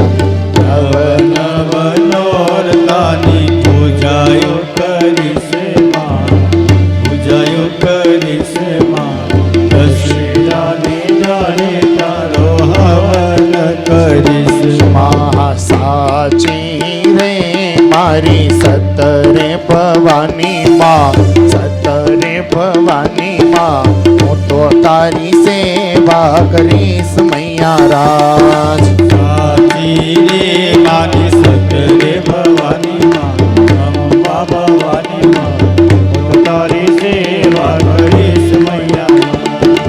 નવ નવ નોરતાની પૂજાઓ કરીશ માં, પૂજાઓ કરીશ માં, દશેરાને દાડે તારો હવન કરીશ માં. નવ નવ નોરતાની પૂજાયો કરીશ માં, પૂજાયો કરીશ માં, દશેરાને દાડો તારો હવન કરીશ માં. સાચી રે મારી સતરે ભવાની માં, અંબા ભવાની માં, હું તો તારી સેવા કરીશ મૈયા રાજ. સાચી રે મારી સતરે ભવાની માં, અંબા ભવાની માં, હું તો તારી સેવા કરીશ મૈયા. બોલી અંબે માત કી. સાચી રે મારી સતરે ભવાની માં, અંબા ભવાની માં, હું તો તારી સેવા કરીશ મૈયા રાજ. સાચી રે મારી સતરે ભવાની માં, અંબા ભવાની માં, હું તો તારી સેવા કરીશ મૈયા. કારણ કે માં અંબા ભવાની જગદંબા કરો સહાય. માં જગદંબા ખૂબ દયાળુ છે, બધાની સહાય માટે તત્પર છે. માટે કહેવાનો તાત્પર્ય એટલો છે કે ક્યારે પણ જો જગદંબાની ટેક રાખો તો એ ટેકને પરિપૂર્ણ કરજો સાહેબ. અને ત્યારબાદ કહેવાય છે કે કિલ્લાઓમાં અનેક શસ્ત્રધારી અને જાત જાતના યુદ્ધમાં કુશળ રક્ષકો ચારે બાજુ આનંદ કરતા રહે છે. એક કિલ્લાને ચારે દરવાજા છે, સેંકડો દ્વારપાળો છે, તે યુક્ત બનાવ્યો છે. હે રાજન, દેવી પર ભક્તિવાળા અનેક ગણોથી તે વીંટળાયેલો છે. જે દેવતાઓ જગદીશ્વરના દર્શન માટે આવે છે તેઓના ગણો તથા વાહનો ત્યાં રહે છે. વળી એ કિલ્લો સેંકડો વિમાનો સંઘર્ષથી તથા ઘંટાઓના શબ્દ ગાજી રહ્યા છે. અને ઘોડા અને હણહણ તથા ખારીઓ આઘાતથી તેને દશે દિશાએ મોઢા બહેરા કર્યા છે. હે રાજન, હવે વ્યાસ પ્રભુ જન્મજય મહારાજને એક ગાથાનું વર્ણન કરે કે માં જગદંબાનો જે મણિદીપ છે એનું આખું વર્ણન બતાવ્યું. અને ત્યારે શૌનકાદી ઋષિ મુનિઓ સુત પુરાણીને પૂછે છે કે હે રાજન, કે જન્મજય દેવી યજ્ઞ કર્યો, તે યજ્ઞ કરવાથી એને શું ફળ મળ્યું તે આપ મને જણાવો. અને ત્યારે જન્મજય દેવી યજ્ઞ કર્યો તો યજ્ઞ દ્વારા એને શું ફળ મળ્યું તે આપ મને જણાવો. તો વ્યાસ પ્રભુ કહે, શ્રી વ્યાસ વાચ ઇતિ તે કથિતં ભૂપા યદા પૃષ્ઠત્વન્નધ નારાયણેન યત પ્રોક્તા નારદાય મહાત્મને. વ્યાસજી બોલ્યા કે હે નિર્દોષ રાજા, તમે જે જે મને પૂછ્યું છે એ બધું જ મેં તમને આ પ્રમાણે કહ્યું છે. મહાત્મ્ય નારદને શ્રી નારાયણે જે કહ્યું હતું તે જ મેં તમને કહ્યું છે. મહાદેવીનું અતિ અદ્ભુત આ પુરાણ સાંભળી મનુષ્ય કૃતાર્થ થાય છે અને દેવીને અત્યંત પ્રિય થાય છે. હે રાજન, તમે પણ પોતાના પિતાનો ઉદ્ધાર કરવા દેવીનો યજ્ઞ કર્યો હતો. કારણ કે હે રાજેન્દ્ર, પિતાની દુર્ગતિ જાણી તમે ખેદ પામ્યા છો, માટે જન્મની સફળતા આપનારો અને સર્વ કરતા ઉત્તમ મહાદેવીનો મંત્ર શાસ્ત્રોક્ત વિધિ પ્રમાણે તમે સ્વીકાર કર્યો છે. સુતજી કહેવા લાગ્યા, તે સાંભળી રાજ્યમાં સિંહ સમાન જન્મજય રાજાએ મુનીશ્વર વ્યાસની પ્રાર્થના કરી તેમની પાસેથી જ દેવી પ્રાણ નામનો માયા બીજરૂપ મહામંત્ર દીક્ષા વિધિપૂર્વક ગ્રહણ કર્યો. અને પછી જ્યારે નવરાત્ર આવ્યા ત્યારે રાજાઓમાં શ્રેષ્ઠ જન્મજય ધુમ્ય વગેરે ઋષિઓને બોલાવી તરત જ ધનના ખર્ચામાં લોભ કર્યા વિના દેવીનો યજ્ઞ કર્યો. અને જ્યારે પણ કોઈ પણ યજ્ઞ યાગાદિક કર્મ કરતા હોય ત્યારે એમાં ક્યારેય ધનનો લોભ ન કરવો. કારણ કે જે જીવાત્મા લોભ કરીને કર્મ કરે છે એને ક્યારેય પૂર્ણ ફળ મળતું નથી. અને કોઈ પણ કાર્ય કરો તો એની અંદર મન મૂકીને કાર્ય કરવું જોઈએ. અને પછી જગદંબાની પ્રીતિ માટે શ્રી દેવીની આગળ તેમના મંદિરમાં અથવા મંડપ સ્થળે સ્થપાયેલી શ્રી દેવીની મૂર્તિ સમક્ષ દેવી ભાગવત નામના આ ઉત્તમ પુરાણ બ્રાહ્મણોને પાસે પાઠ કરાવવો. પછી અસંખ્ય બ્રાહ્મણોને, સુવાસીની સ્ત્રીઓને, કુમારિકાઓને, બટુકોને, દિનજનોને, અનાથોને જમાડવાના. દ્રવ્યોના દાનથી સર્વને સંતોષી યજ્ઞ સમાપ્ત કરવો જોઈએ. જ્યારે દેવી ભાગવત મહાપુરાણ જેવો યજ્ઞ કરતા હોય ત્યારે એની અંદર બ્રાહ્મણોને રાજી રાખવા, કુંવારિકાઓને રાજી રાખવી, સુવાસીની કહેતા કે સૌભાગ્યવતી સ્ત્રીઓને રાજી રાખવી અને અનાથોને જમાડવા. અને દ્રવ્યોનો દાનથી સર્વને સંતોષ થાય એ પ્રમાણે રહેવું જોઈએ. અને કહેવાય છે કે જ્યારે દાન કરવા માટે બેઠા હોય ત્યારે મન મૂકીને દાન કરવું જોઈએ. ક્યારેય દાનમાં પાછી પાની કરાય નહીં. અને મનમાં કચવાતા જીવે જો દાન કરશું ને તો પરમાત્મા એ દાનનું કોઈ ફળ આપણને નહીં આપે. માટે જો દાન કરવું હોય, દક્ષિણા દેવી હોય તો એ મન મૂકીને આપવી સાહેબ. એમાં ક્યારેય કચવાટ ન કરવો. કારણ કે મન મૂકીને જ્યારે આપો ને ત્યારે તમારું દીધેલું અને અમારું લીધેલું લેખે ગણાય છે. પણ જો મનની અંદર કોચવાટ હોય કે આપણે આટલું આપશું તો આનું આ ફળ મળશે, આપણે આ કાર્ય કરશું તો આનું આટલું ફળ મળશે, જો આપણે કાર્યના ફળની પહેલા જ અપેક્ષાઓ રાખતા હોય તો ફળ આપણને એમનેમ નથી મળતું સાહેબ.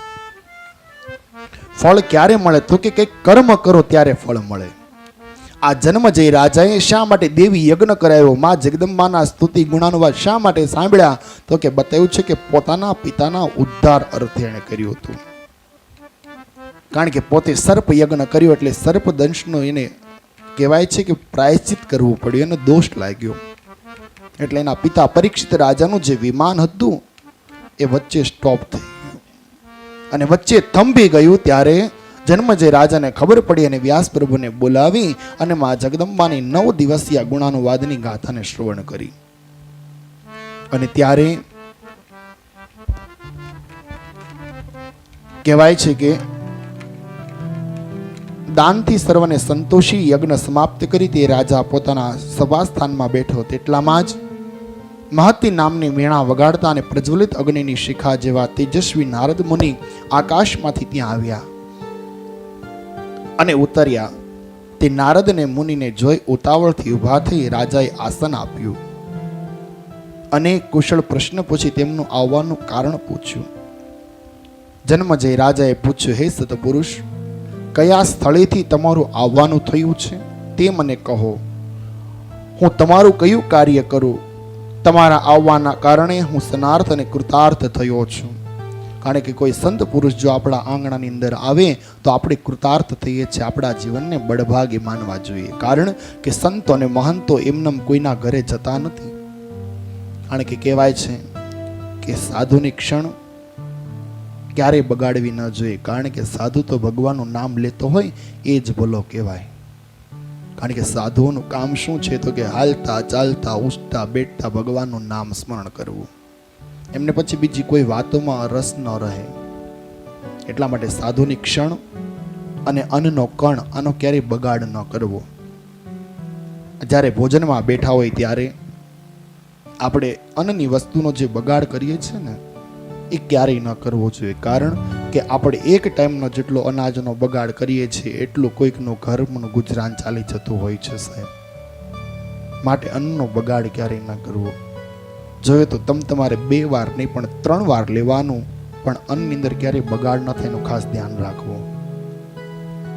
કારણ કે કહેવાય છે ઘણી વખત લગ્ન પ્રસંગોની અંદર જોયું છે નજરે કે માણસો આખી ડીશ ભરીને જમવાનું લે પણ ખાલી 3-4 ચમચી ખાય અને આખી ડીશને એમને મૂકી દે છે સાહેબ.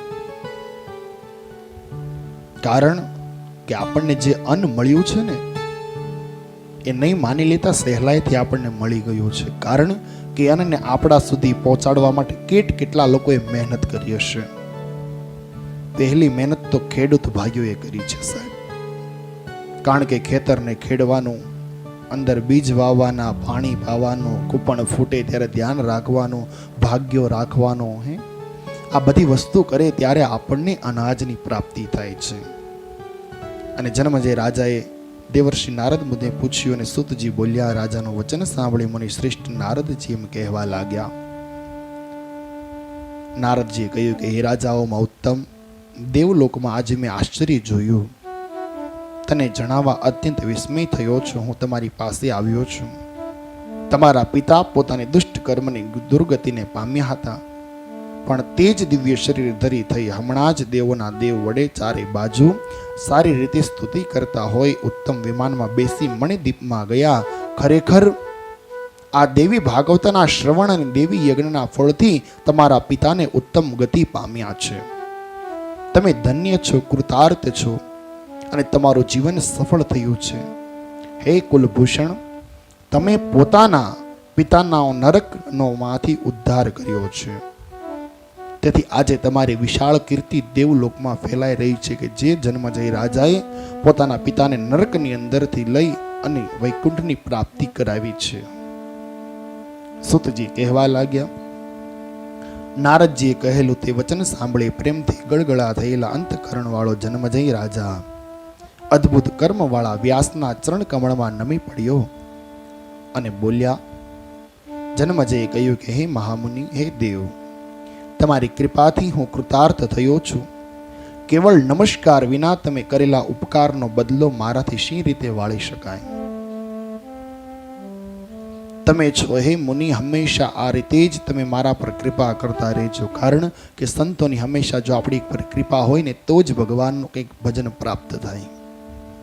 સુતજી બોલ્યા. રાજાનો તે વચન સાંભળી આશીર્વાદોથી અભિનંદન આપી ભગવાન વ્યાસે આ મધુર વચન કહ્યું છે. હે રાજન, આ બધું છોડીને તમે દેવીના ચરણ કમળનું ભજન કરો. કાયમ સાવધાન રહી દેવી ભાગવતનો તેમજ પાઠ કરો. હંમેશા આળસ રહિત થઈ ભક્તિપૂર્વક કાયમ દેવીનો યજ્ઞ કરવું. કારણ કે યજ્ઞ કરવાથી સંસારના તમામે તમામ બંધનોમાંથી આપણને મુક્તિ મળશે. સુતજી બોલ્યા, રાજાઓમાં શ્રેષ્ઠ જન્મજય એમ કહી મુનિરાજ વેદવ્યાસ ગયા અને ધૌમ્ય વગેરે પવિત્ર મુનિઓ પણ પોતપોતાના સ્થાને ગયા છે. બધા દેવી ભગવતીની જ ઉત્તમ પ્રશંસા કરવા લાગ્યા અને કાયમ દેવી ભાગવતનો જ પાઠ કર્યો અને પૃથ્વી પર રાજ્ય કરવા લાગ્યા છે. અને અંતે સુત પુરાણી મહારાજે શૌનકાદી મુનિ અને દેવી ભાગવતનું ફળ દર્શન બતાવ્યું છે કે દેવી ભાગવતની ગાથા સાંભળવાથી જીવાત્માને જે સારી સારી ગતિઓ મળે છે તો એને અંતે શું કર્મ કરવું જોઈએ. શ્રી વ્યાસ ઉવાચ અર્ધ શ્લોકાત્મકમ યુક્ત દેવી વક્ત્રધ્વનિર્નિગિતમ શ્રીમદ ભગવતમ નામ વેદ સિદ્ધાંત બોધકમ. સુતજી કહેવા લાગ્યા, દેવીના મુખ કમળથી નીકળેલું અને વેદના સિદ્ધાંતને જાણવાનું એક અર્ધા શ્લોકાત્મક શ્રીમદ ભાગવત વડના પાંદડા પર સૂતેલા વિષ્ણુને દેવીએ જ ઉપદેશ્યું હતું. તેનો જ બ્રહ્મદેવ પહેલા 100 કરોડ શ્લોકોથી મોટો વિસ્તારવાળો કર્યો હતો. પછી વેદવ્યાસે સુખદેવજી માટે તે જ બ્રહ્મદેવ કૃત વિશાળ ભાગવતનો સાર એકઠો કરી અને 12 સ્કંધવાળો બનાવ્યો, 18,000 શ્લોકવાળો બનાવ્યો. એ જ પ્રમાણે દેવી ભાગવત નામનું પુરાણ પૂર્વે રચ્યું છે. મોટા વિસ્તારવાળું પેલું હતું જ. આ પુરાણ સમાન પુણ્યદાયક, પવિત્ર અને પાપનો નાશ કરનાર બીજું કોઈ પણ પુરાણ નથી. આનો પાઠ કરવાથી કે શ્રવણ કરવાથી મનુષ્ય પદે અશ્વમેઘ યજ્ઞનું ફળ પ્રાપ્ત થાય છે. પ્રથમ આ દેવી ભાગવત પોતાના હાથે લખી અથવા બીજા કોઈ પાસે લખાવી તે જ પુસ્તક પુરાણ વાંચનાર વ્યાસજીને આપવી. તેમને વ્યાસ બુદ્ધિથી વસ્ત્રાલંકાર વડે પૂજન કરી સન્માન કરવા. તેમના જ મુખથી આ ભાગવત પુરાણ ઉપસાવી રહીને સાંભળવું. ભાદરવા મહિનાની પૂનમના દિવસે સમાપ્તિ કરી સોનાના સિંહાસન પર દેવી ભાગવતનું પુસ્તક આપવું અને જે કથા કરનાર પુરાણી હોય એમને દાન દક્ષિણા આપીને સંતુષ્ટ કરવા. અને આ પ્રમાણે જે કોઈ પણ જીવાત્મામાં જગદંબાની આ ગાથાઓને શ્રવણ કરશે તો માં જગદંબાની દયાથી જેમ જન્મજય રાજાને મુક્તિ મળી, પરીક્ષિત રાજાને મુક્તિ મળી, એ જ પ્રમાણે તમામે તમામ જીવને મુક્તિ મળશે. અને આ પ્રમાણે જન્મજય રાજાને વ્યાસ પ્રભુએ આ દેવી ભાગવત મહાપુરાણની ગાથા સંભળાવી. અંતે જન્મજય રાજાને પણ મોક્ષ મળ્યો છે અને પરીક્ષિત રાજાને પણ મોક્ષ મળ્યો. બોલીએ વ્યાસ પ્રભુ ભગવાન કી જય, વેદ વ્યાસ ભગવાન કી જય, જન્મજય મહારાજ કી જય, અખિલેશ્વર મહાદેવની જય, નર્મદા માત કી જય. આવો આ પ્રમાણે મારી કાલી ગલી ભાષાની અંદર 9 દિવસીય શ્રીમદ ભગવતી ભાગવતની ગાથાને વર્ણવી અને આ ગાથાની અંદર મુજ બાળકથી કોઈ પણ પાત્ર કહેવામાં અથવા તો કોઈ પ્રસંગ કહેવાની અંદર કંઈ ભૂલચૂક થઈ હોય તો આપનો બાળક જાણીને મને ક્ષમા કરજો. કારણ કે છોરું કચોરું થાય પણ માવતર કમાવતર ક્યારેય ન થાય સાહેબ.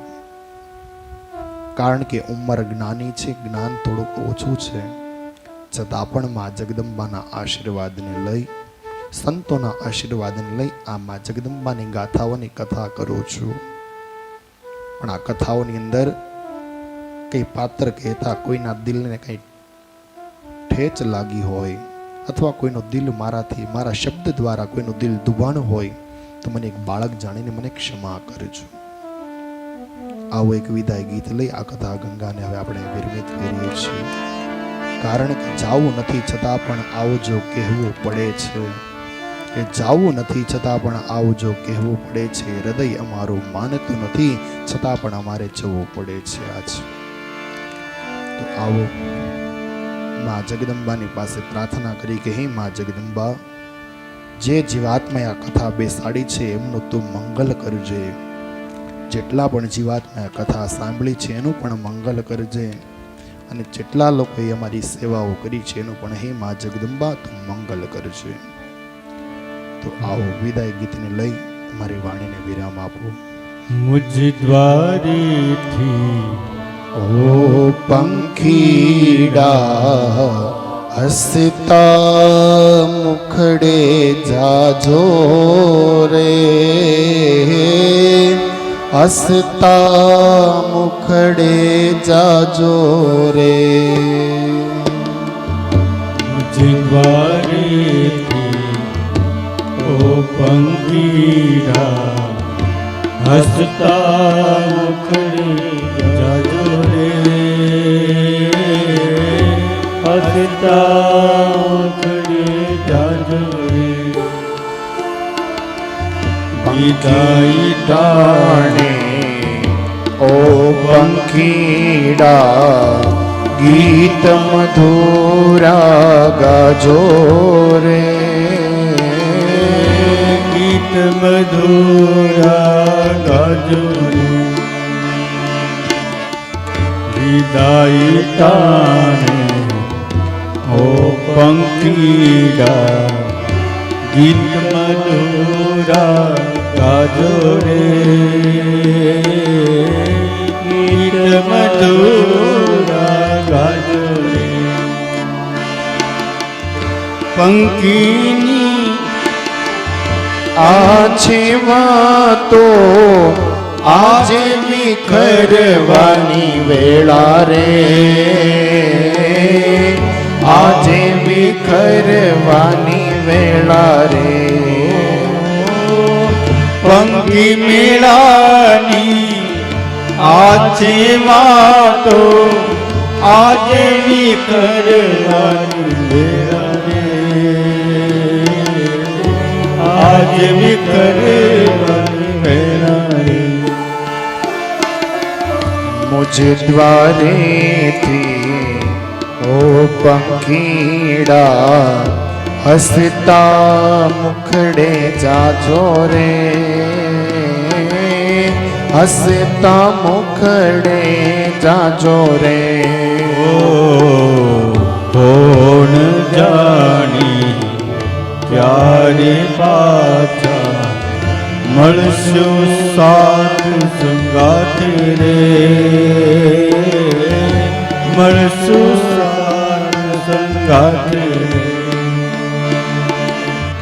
કોણ જાણે ક્યારે પાછા મળશું સાથ સંગાથે રે, મળશું સાથ સંગાથે રે.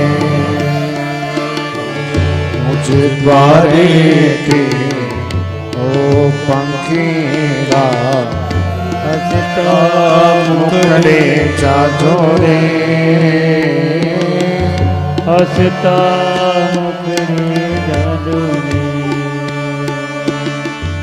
આ પંખી મેળાની વાતોને 9 દિવસ સુધી આપની સમક્ષ કરી છે, અને આજે જ્યારે જુદા પડવાનો સમય આવ્યો છે ત્યારે કોણ જાણે ક્યારે પાછા મળશું હવે આપણે. કારણ કે આ સંગાત જ્યાં સુધીનો આપણો લખ્યો હતો ત્યાં સુધી આપણે ભેગા થયા છે, અને આપણે ભેગા થવાનું નિમિત્ત જો બન્યા હોય તે પૂજ્ય જય સ્વામી અને પોપટ ભગત છે સાહેબ, એમના માધ્યમ થકી આપણે બધા ભેગા થયા છે.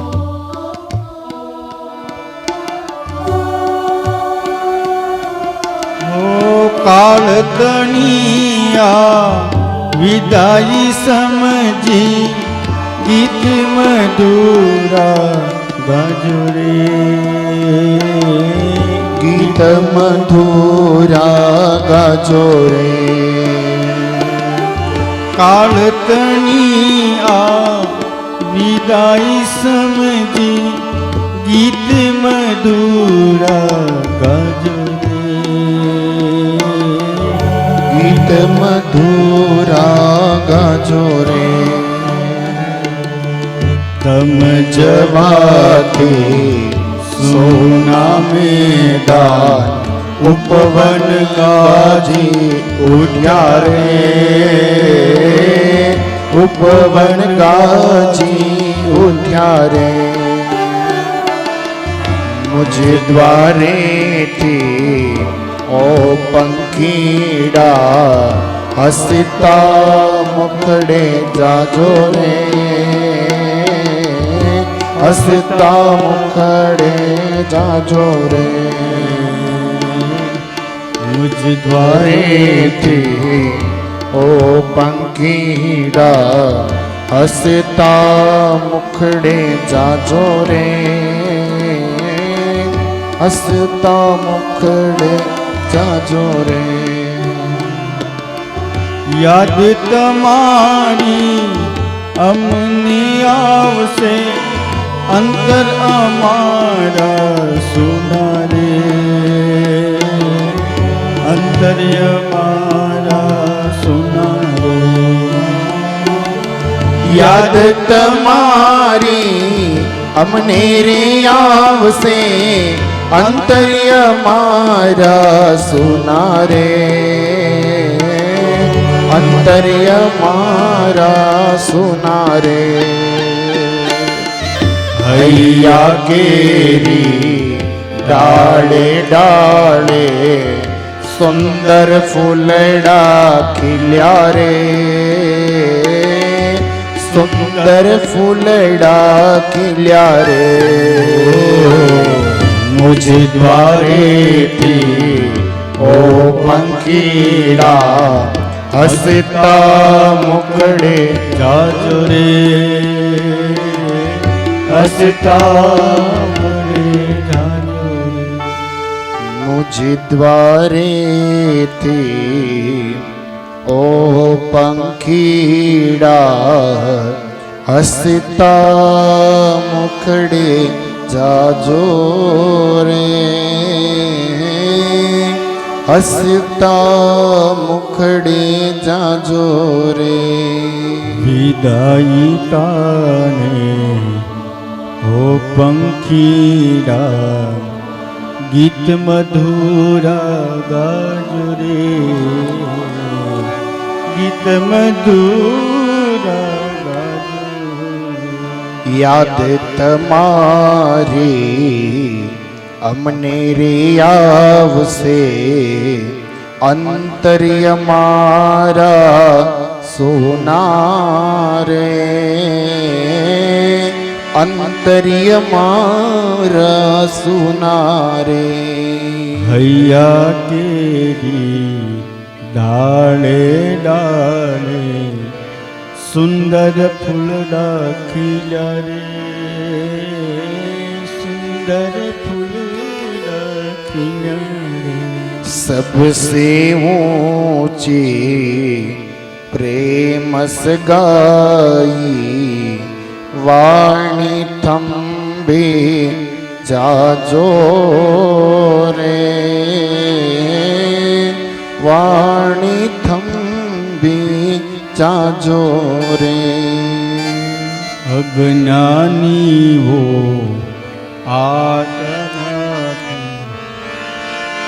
અજ્ઞાનીઓ ક્યાંથી સમજે મસ્તી રુદન આવેલા રે,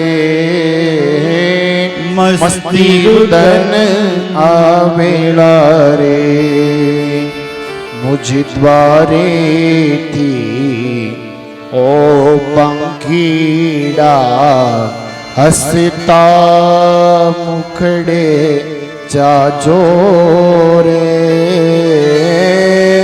હસતા મુખડે જાજો રે. ભગવાન શ્રી હરિ ગોપીનાથજી મહારાજ શ્રી કષ્ટભંજન દેવ સ્વામિનારાયણ મંદિર और એના પટાંગણની અંદર ગોપીનાથજી મહારાજના સાનિધ્યમાં પરમ પૂજ્ય જય સ્વામી તથા પાર્ષદવર્ય પોપટ ભગતનો તથા પ્રેમાનંદ સરસ્વતીજી મહારાજનો ખૂબ ખૂબ આભાર માનું છું.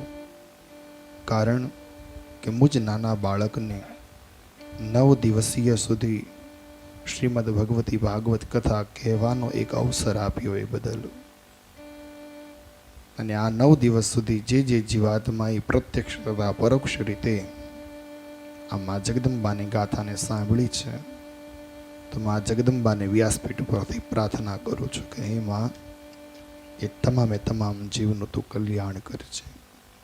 9 દિવસ સુધી જેમણે પણ અમારી સેવા કરી છે હે માં, એને પણ તું તારું સારી એવી સ્વાસ્થ્યની પ્રાપ્તિ કરાવજે, એની તમામ મનોકામનાને પૂર્ણ કરજે. કારણ કે કહેવું તો ઘણું છે, છતાં પણ હવે કહેવાનો સમય નથી રહ્યો. કહેવું તો ઘણું છે, છતાં પણ કહેવાનો સમય નથી રહ્યો. પણ આજે સૌને વિખરવાની વેળા છે, સૌને અલગ અલગ થવાનું છે.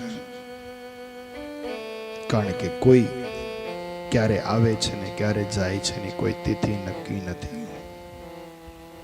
માટે આ કથાની અંદર છેલ્લી પ્રાર્થના કરું કે કંઈ પણ ભૂલચૂક થઈ હોય, કોઈના પણ દિલની અંદર કંઈ મારા શબ્દ ઉતરી ગયા હોય તો એક બાળક જાણે મને ક્ષમા કરજો.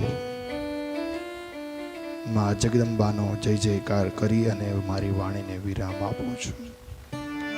બોલીએ નવદુર્ગા માત કી જય, ગોપીનાથજી મહારાજ, સ્વામિનારાયણ ભગવાન, અખિલેશ્વર મહાદેવ, નર્મદે માત, સર્વે દેવી દેવતાઓ પ્રેમ से बोलो नमः पार्वती पते हर हर महादेव.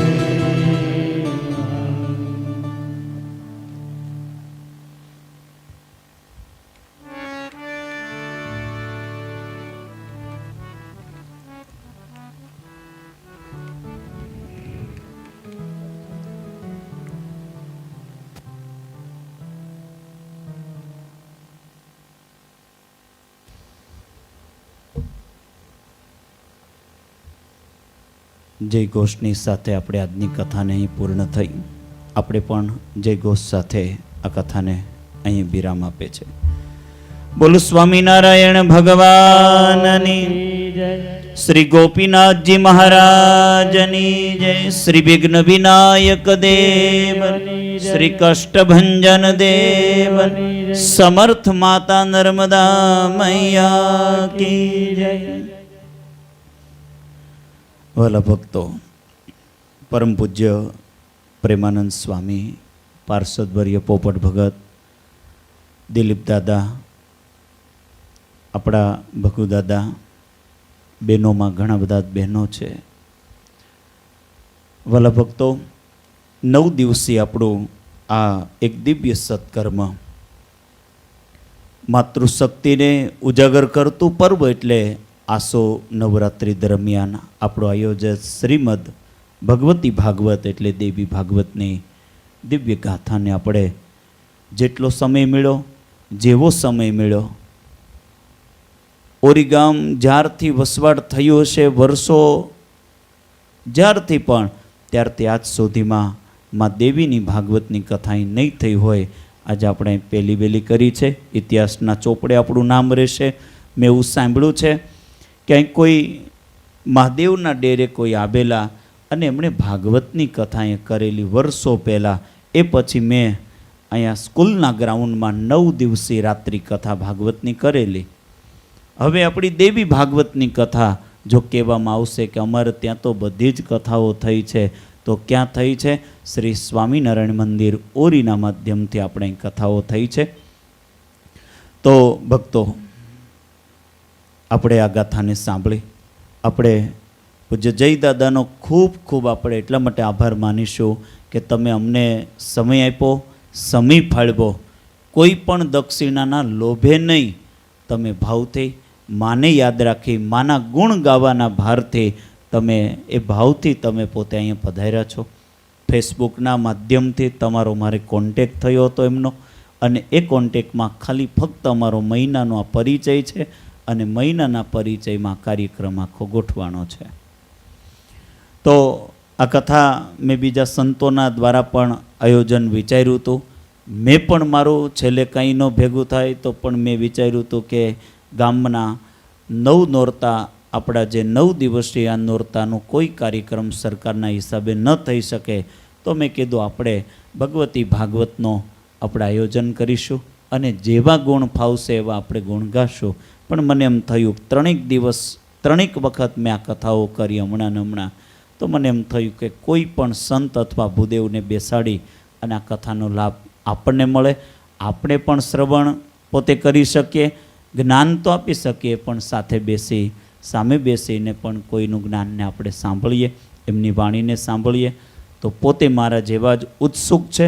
જેમ અમારા પોપટ દાદાની એક શબ્દ છે કાયમિક માટે કે જય સ્વામીને કથા મળે તો રાતના 12 વાગે પણ ઊભા થઈને ગાડીને સેલ્ફ મારીને ઉપડી જાય પોતાનું સાઉન્ડ લઈને. એ અમારો દાદાનો આ સૂત્ર છે. પછી કોઈનું નહીં જોવાનું. કથા માટે અમારો જન્મ છે, કથા માટે અમારો સંકલ્પ છે અને અમે કથા જ કરવાના છે. જ્યાં સુધી અમને આવડે છે, જ્યાં સુધી અમને ફાવશે, જ્યાં સુધી અમારા આ દેહની અંદર જીવ છે ત્યાં સુધી આ કરવાના છીએ. કદાચ 5-10 હજાર રૂપિયા ભૂલી જશું સાહેબ, પણ આ પીઠ ઉપર અમારું આ કપડું એ માટે આવ્યું છે. અમારા કપડાં અમારા માટે એવા માટે કપડાં અમારા શરીર ઉપર છે કે આ પીઠ ઉપર ફક્ત ને ફક્ત જ્ઞાન આપવું, પણ જ્ઞાન હેતુ સહિત આપવું, સત્યની સાથે આપવું, પોતાનું બનાવેલું ન આપવું કે જેને કારણે વ્યાસે બનાવેલા જે કંઈ ગ્રંથો છે એ બધા આપણે લોકોના સુધી હૃદયસ્થ કરીએ એ માટે આ કાર્ય છે. ભલે ભક્તો, હું જયદાદાનો તો શું આભાર માનું, એ તો મારા પરમ સ્નેહી મિત્ર બની ગયા છે. મારા હૃદયમાં એમનો ખૂબ મને એમ પ્રેમ થાય કે એના માટે આંસુય સારીને શું કરવું, એના શબ્દ જ નથી. અને પોતાની કાલી ગયેલી ભાષામાં જે તે રીતે પોતે મારી જેમ જ પાછા નીચે ઉતરા એટલે વખતા નહીં, પોતે મારી સાથે મિત્ર હોય એમ બનીને મારી સાથે પોપટ દાદા સાથે બાપુને પાછા કહેતા જાય કે મારી કંઈ ભૂલ હોય તો કહેતા જજો. આ એમની 16મી કે 17મી કથા છે. અને બીજે બધા જ પુરાણોની કથાઓ લોકો કરે છે અને એને આપણે સૌ જાણીએ છીએ. તો દેવી ભાગવતને પોતે જ દેવી ભાગવતના વક્તા તરીકે માં શક્તિનું લોકોમાં ભક્તિ રહે, ભક્તિની સાથે એમનો શ્રદ્ધા થાય લોકોને, એ માટે પોતે દેવી ભાગવતની કથા કરી રહ્યા છે. પોતે પણ એક નાના એવા કુટુંબમાં પોતે જન્મા છે. બહુ પરિસ્થિતિ વીક છે. આજે પણ એવી પરિસ્થિતિ એમની છે. એવું નથી કે પોતે બહુ સારી ગાડી રાખે છે, પોતે આવું કરે છે કે પોતે સારા વક્તા છે, કંઈ નથી એવું. બહુ સામાન્ય વ્યક્તિ છે, હું જાણું છું એમને. તો ભલા ભક્તો, હવે આવે છે આપણે એમની સાથે જે ગાંધર્વો એ શબ્દ વાપરે છે એ મને ગમ્યો છે, એટલે હું ગાંધર્વ શબ્દથી એમને બિરદાવીશ કે એમની સાથે સુરાવલી સાથે આપણે જે કંઈ 3 કથાઓ થઈ એમાં શ્રોતા દિલીપ દાદા હોય અને હું વક્તા હોઉં. કોઈને ટાઈમ મળ્યો તો નટુભાઈના ઘેરેથી જયાબેન હોય કે એકાદી વખત 2 વાર, પછી આપણે રમેશભાઈના ઘેરેથી કદાચ રાત્રે ટાઈમ મળ્યો હોય તો આવે. પણ સંગીત વગરની કથા, અને એ અઘરી છે. મને બાપુએ એકવાર કીધેલું કે સ્વામી ખરેખર તમને ધન્યવાદ આપે કે તમે સામે ઓડિયન્સ નથી ને 1 મહિનો રામકથા કરી, એ તો સારી જબરી વાત છે. મને કે મેં કહ્યું બાપુ આ ઓનલાઈનના માધ્યમથી અમને એમ જ ખબર હોય કે સામે કંઈક કોઈ સાંભળી રહ્યા છે, પણ એ પણ અઘરું છે. અને દાદાએ પોતે સંગીતનો આમ આગ્રહ રાખવાવાળા છે. હું થોડો આગ્રહ નથી, કારણ કે આપણી બધી જ રીતે પ્રોબ્લેમ હોય, કારણ કે આ કથાઓ આપણું બધું જ ફ્રી ઓફર હોય, પણ એ પોતે પોતાની પાછળ એમનો પણ પરિવાર છે. તો એ પણ પોતે આ કલ્પેશ બાપુ દુર્ધ્રેજ્યા સિંહોરથી પોતે આવ્યા છે, હાર્મોનિયમ ઉપર જે પોતે ગાઈ રહ્યા છે. તો આપણે એમને પણ તાળીઓથી આપણા મંદિર તરફથી, આપણા ગામ વતીથી આપણે એમને નવાબજે. તેમજ હિતેશભાઈ દવે હિંમતનગરથી આવ્યા છે, એ પણ પોતે સારા ઉસ્તાદ તબલા ઉપર છે અને આંગળાની ટેરવીથી આમ કેટલું સરસ વગાડે છે. બંને ભાઈઓ પણ ખૂબ સરસ. અને કનુભાઈ પંચોલી એ આપણા બરકલ ગામમાં પોતે નિવાસ કરી રહ્યા છે અને એ ઓર્ગેન માસ્ટર છે. મારો એક ફોન જાય ટાઈમ ટુ ટાઈમ પાછો, હું એમ કહું 2 વાગે તમારે અહીંયા આવવાનું, 2 વાગે ટાઈમ ટુ ટાઈમ આવી જાય. આવા આજ્ઞાપાત્ર એ ભક્ત છે. નાનો એવો બાબો પણ કેટલું સરસ નાનું એવું તબલું લઈને બાપુ કેટલું સરસ વગાડતો હતો. બસ એને કળા આપજો અને અમે તો સાધુવાદ આપીએ કે તમારી પાછળની પેઢી છે ને એ સંગીતમય રહે અને આને ઉજાગર કરતા રહે. બસ આ ત્રણેય ભક્તોને આપણે એમણે સંગીત આપ્યું છે, આપણને બધાને આમાં આનંદ કરાવ્યો છે અને મજા કરાવી છે. તો અમે સૌ તમને આભાર માનીએ છીએ. આ શબ્દો દ્વારા છે. અને હવે ભક્તો, હું બહુ ટૂંકમાં હું આનો માણસ નથી, પણ છતાં મારા આંગણે છે એટલે મારે આ બધું કરવાનું છે. એટલે તો હું અમારા વિજય ભગતને હું વિનંતી કરીશ કે હાર લાવો અને પહેલાં 1 મિનિટ આ બધું કરી લઈ, પછી પાછું એક છેલ્લું આપણું મંગલ પ્રવચન કરીને આપણો કાર્યક્રમ પછી એવી રીતે કરી દઈએ.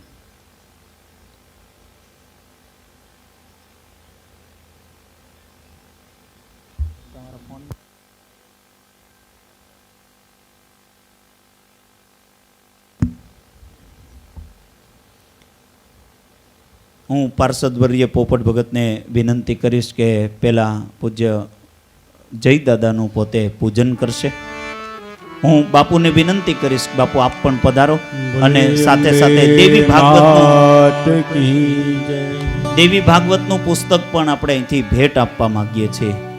એટલે એ ગ્રંથરાજને અમે પોતે ભેટ આપીએ છીએ.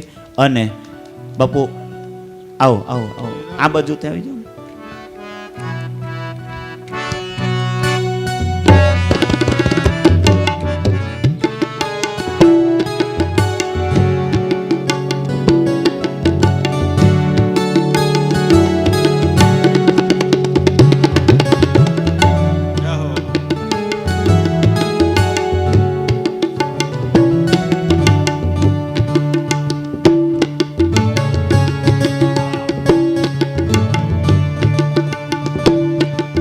आओ આપણે તાળીઓ કે સાથ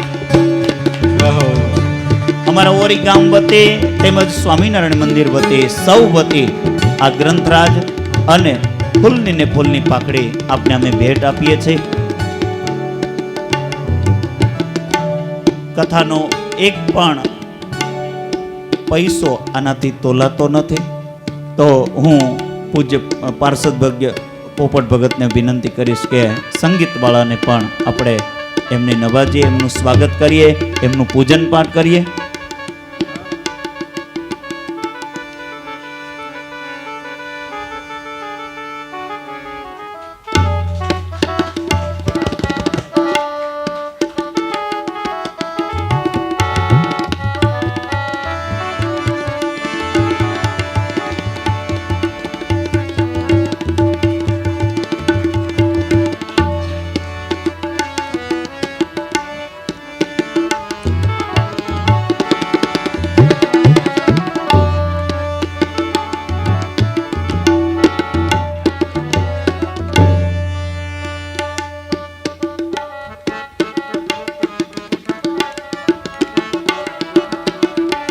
ભગત અહીંયા આવો, ભગત આવો, બેસવું નથી. દાદાની આજ્ઞા છે કે તુલસી પાન અને 1 રૂપિયો અને સોપારી.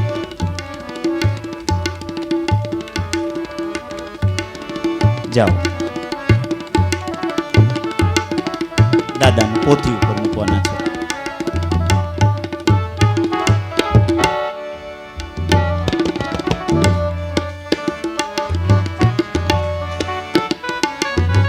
માં ભગવતીને આપણે આ 9 દિવસીય જે કંઈ જ્ઞાન યજ્ઞમાં અમારાથી જે કંઈ બન્યું છે, જે કોઈ ભક્તોએ નાની મોટી રકમો અહીંયા લખાવી છે, હું રોજે રોજના નામ બોલતો હોઉં છું, એમાંથી નાની મોટી રકમોથી આમાં કદાચ હું સત્ય કહું તો ટોટલ આવક અમારી 13,000 રૂપિયા થઈ છે બાપુ.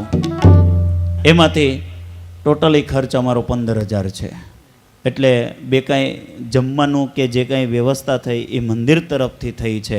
એટલે એમાં મને કોઈ હરખ શોખ એવું કંઈ નથી કે મને આવું થયું છે તેમ થયું. મને યાદ છે કે મને આ માં છે ને ભગવતી ભાગવત જે એ ક્યારેય અમારો જે સંકલ્પ હોય ને એ ક્યારેય એવું નથી થયું કે નથી પૂર્ણ થયો, એ પૂર્ણ થશે.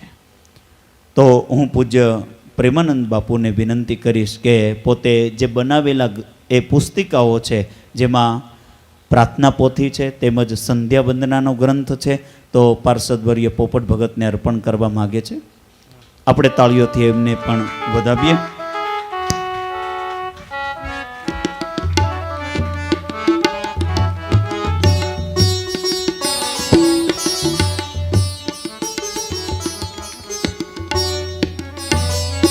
આજની નાની મોટી સેવામાં સૂર્યકાંતભાઈ સિંહ ભટ્ટ, જીતેન્દ્રભાઈ, જસભાઈ તેમજ રમેશભાઈ ગોવિંદભાઈ એ પણ એમના 100 રૂપિયા આવેલા છે. અને દાદાના તરફથી પણ નાની મોટી સેવાઓ 2-5 હજારની અહીંયા આવેલી છે. તો આ બધાયની નોંધ લઈ અને બધાએ સૌ કોઈનો આભાર માનીશ. તેમજ અમારા ગામના સૌ કોઈ નાના મોટા જ ભક્તો છે જે કાંઈ કથા સાંભળવા આવતા હતા, ત્યાર પછી નાની મોટી કોઈ રસોઈ સીધા સામાનની સેવાઓ અહીં કરી છે, એ બધા જ ભક્તોનો હું આપણા મંદિર તરફથી, અમારા સંતો વતી, પાર્ષદવર્ય પોપટ ભગત વતીથી, બધાય વતીથી અમે સૌ આપ સૌનો આભાર માનીએ છીએ. નાની મોટી કોઈ પણ ભક્તોએ સેવા કરી છે, સૌની અમે મંદિર તરફથી નોંધ લઈએ છીએ.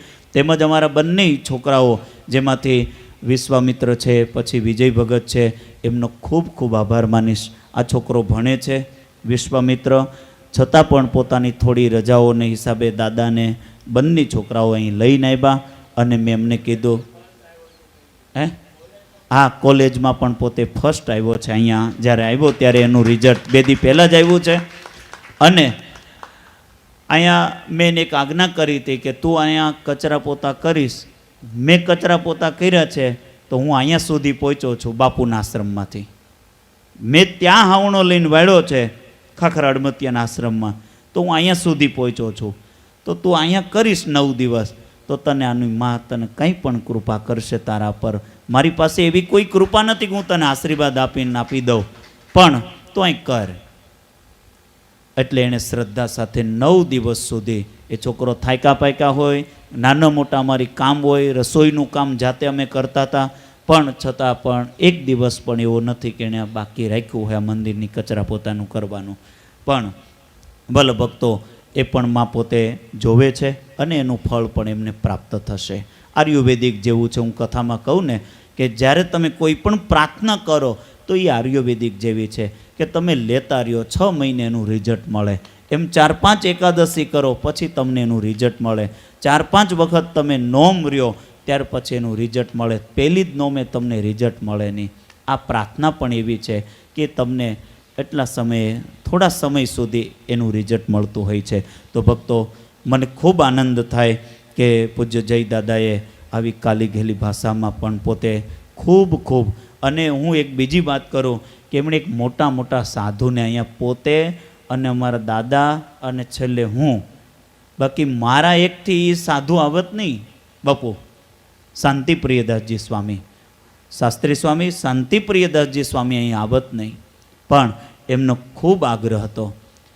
પછી પાર્ષદવર્ય પોપટ ભગતની એને ખ્યાલ આવ્યો કે ભગતજી ત્યાં છે, અને પછી મેં ફોન કર્યો ત્યારે 3જા નંબરે પોતે હા પાડી કે હું પોતે આવું છું. સૌને અહીંયા વાવીને ગયા છે. થોડી વાર રોકાણા તો પણ અહીંયા પોતે વાવીને ગયા છે. તો વાલા ભક્તો, એ બધો જ જો હું કોઈ આભાર માનીશ. આ કાર્યને ઉજળું કરવામાં જય દાદાનો કોઈ ઓછો ફાળો નથી. અમે 50% છીએ આમાં.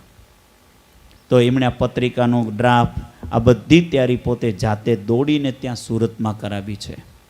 આ બધી જ વ્યવસ્થા એમણે કરાવી. મારી જેવા શ્રદ્ધાવાન છે, જરૂર હું માનું છું કે જો આવીને આવી રીતે શ્રદ્ધાવાન રહેશે તો એ મારી સુધી, મારાથી પણ સાઈડ કાપી જશે કથામાં. મેં 70 કથાઓ કરી, હજી એને 16 થઈ છે. તો હું તો એમ કહું કે માં નર્મદાનો કિનારો, અહીંયા કોઈ પણ સંકલ્પ કરીને, જે કાંઈ સંકલ્પ સત્ય હોય કરીને જશે તો હું માનું છું કે માં પૂરો કરે છે. સારાનો કર્યો છે. તો વાલા ભક્તો, હું પૂજ્ય બાપુને વિનંતી કરીશ, બાપુ 2-5 મિનિટ આ 9 દિવસમાં જે કાંઈ આપના ભાવ હોય એને વ્યક્ત કરજો. તો પૂજ્ય પ્રેમાનંદ બાપુ, ગુરુતીર્થ ધર્મક્ષેત્ર આશ્રમ.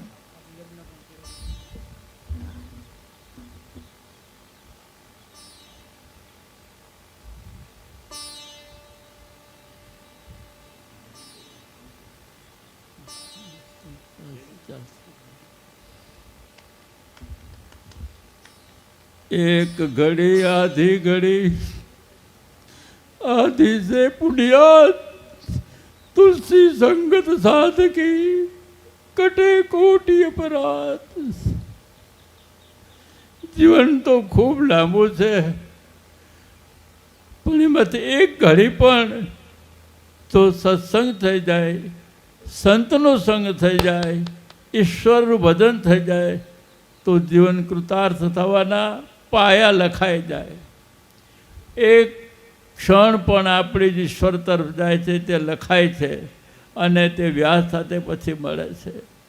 તમે જે દેવી ભાગવત સાંભળ્યું છે તે કથાઓ તો ઘણી દુર્લભ હોય, ઘણી કથાઓ છે, કદાચ 1 મહિનો સુધી રોજ કથા કરવામાં આવે તો પણ પૂરી ન થાય એટલી વિશાળ કથા છે. પણ એ આપણને ટૂંકમાં એટલું જ કહે છે કે જે દૈત્યોનો સંહાર માતાએ કર્યો છે, ચાહે સુમનસમ હોય, પછી જે કોઈ જે દૈત્યો હોય, જ્યાં મહિષાસુર છે ઇત્યાદિ જે છે, એ બધા દૈત્યો વાર્તા રૂપે આપણી સામે છે. હકીકતમાં તે બધા આપણામાં છે. કામ, ક્રોધ, રાગ, દ્વેષ, મદ, મોહ, અહંકાર આ જે કંઈ દુર્ગુણો છે તે દૈત્યો રૂપે આપણામાં છે.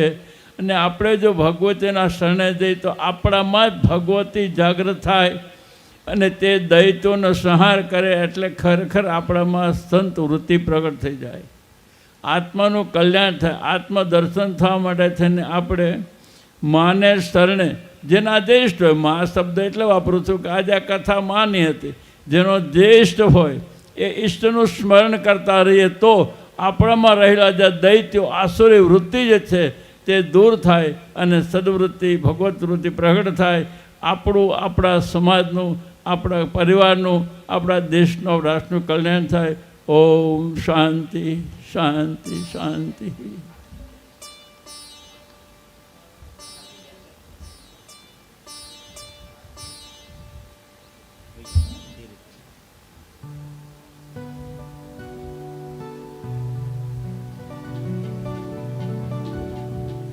જ્યારે જ્યારે કથાઓ અમારી થાય, આ નાનો મોટો મારો પ્રસંગ હોય કયા મંદિરનો, તો એ મને એના માટે, મારા માટે શબ્દ જ નથી બાપુ માટે. બીજા મહિનામાં આપણી પ્રતિષ્ઠા હતી મંદિરની. અમારું કાર્યને જોઈ એક બાપ ન રડે, બાપથી વિશેષ પોતે મારા કાર્યને ઉજાગર કરવા માટે રડે સાહેબ, કે ધન્ય છે સાધુ તને, કે તને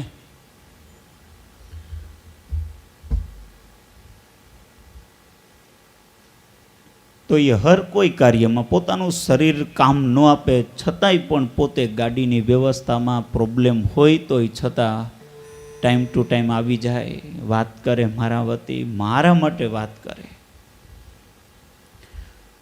તો શું આના માટે કહીએ આપણે? અને આ જમીન, આ મંદિર, આપ સૌ જાણો છો ગામના ભક્તો કે બધી બાબતોમાં, સમજો ને કે આર્થિક બાબતમાં પણ એમની ઘણી બધી મને મદદરૂપમાં પૂજ્ય બાપુનો છે.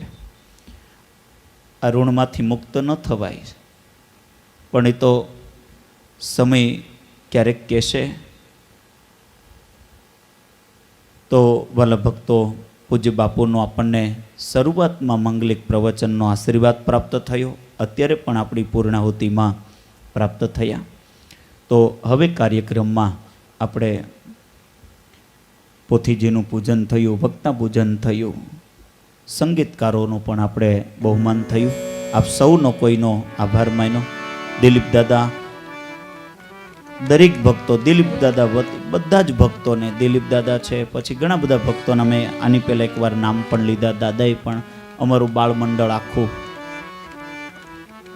જે આપણા નવા ઓરીની અંદર જે છોકરાઓ છે, કશ્યપ છે, આ બધા છોકરાઓ છે, એ બધા અહીંયા મંદિરની નાની મોટી સેવાઓમાં સતત. મારો સ્વભાવ થોડો કડક, કહી દેવાનો સ્વભાવ, આગા પાછું થાય તો તરત કહી દેવાનો, ચલાવી લેવાનો સ્વભાવ નહીં, છતાં પણ છોકરાઓ અહીં મારી પાસે આવી અને મારી આજ્ઞા મારી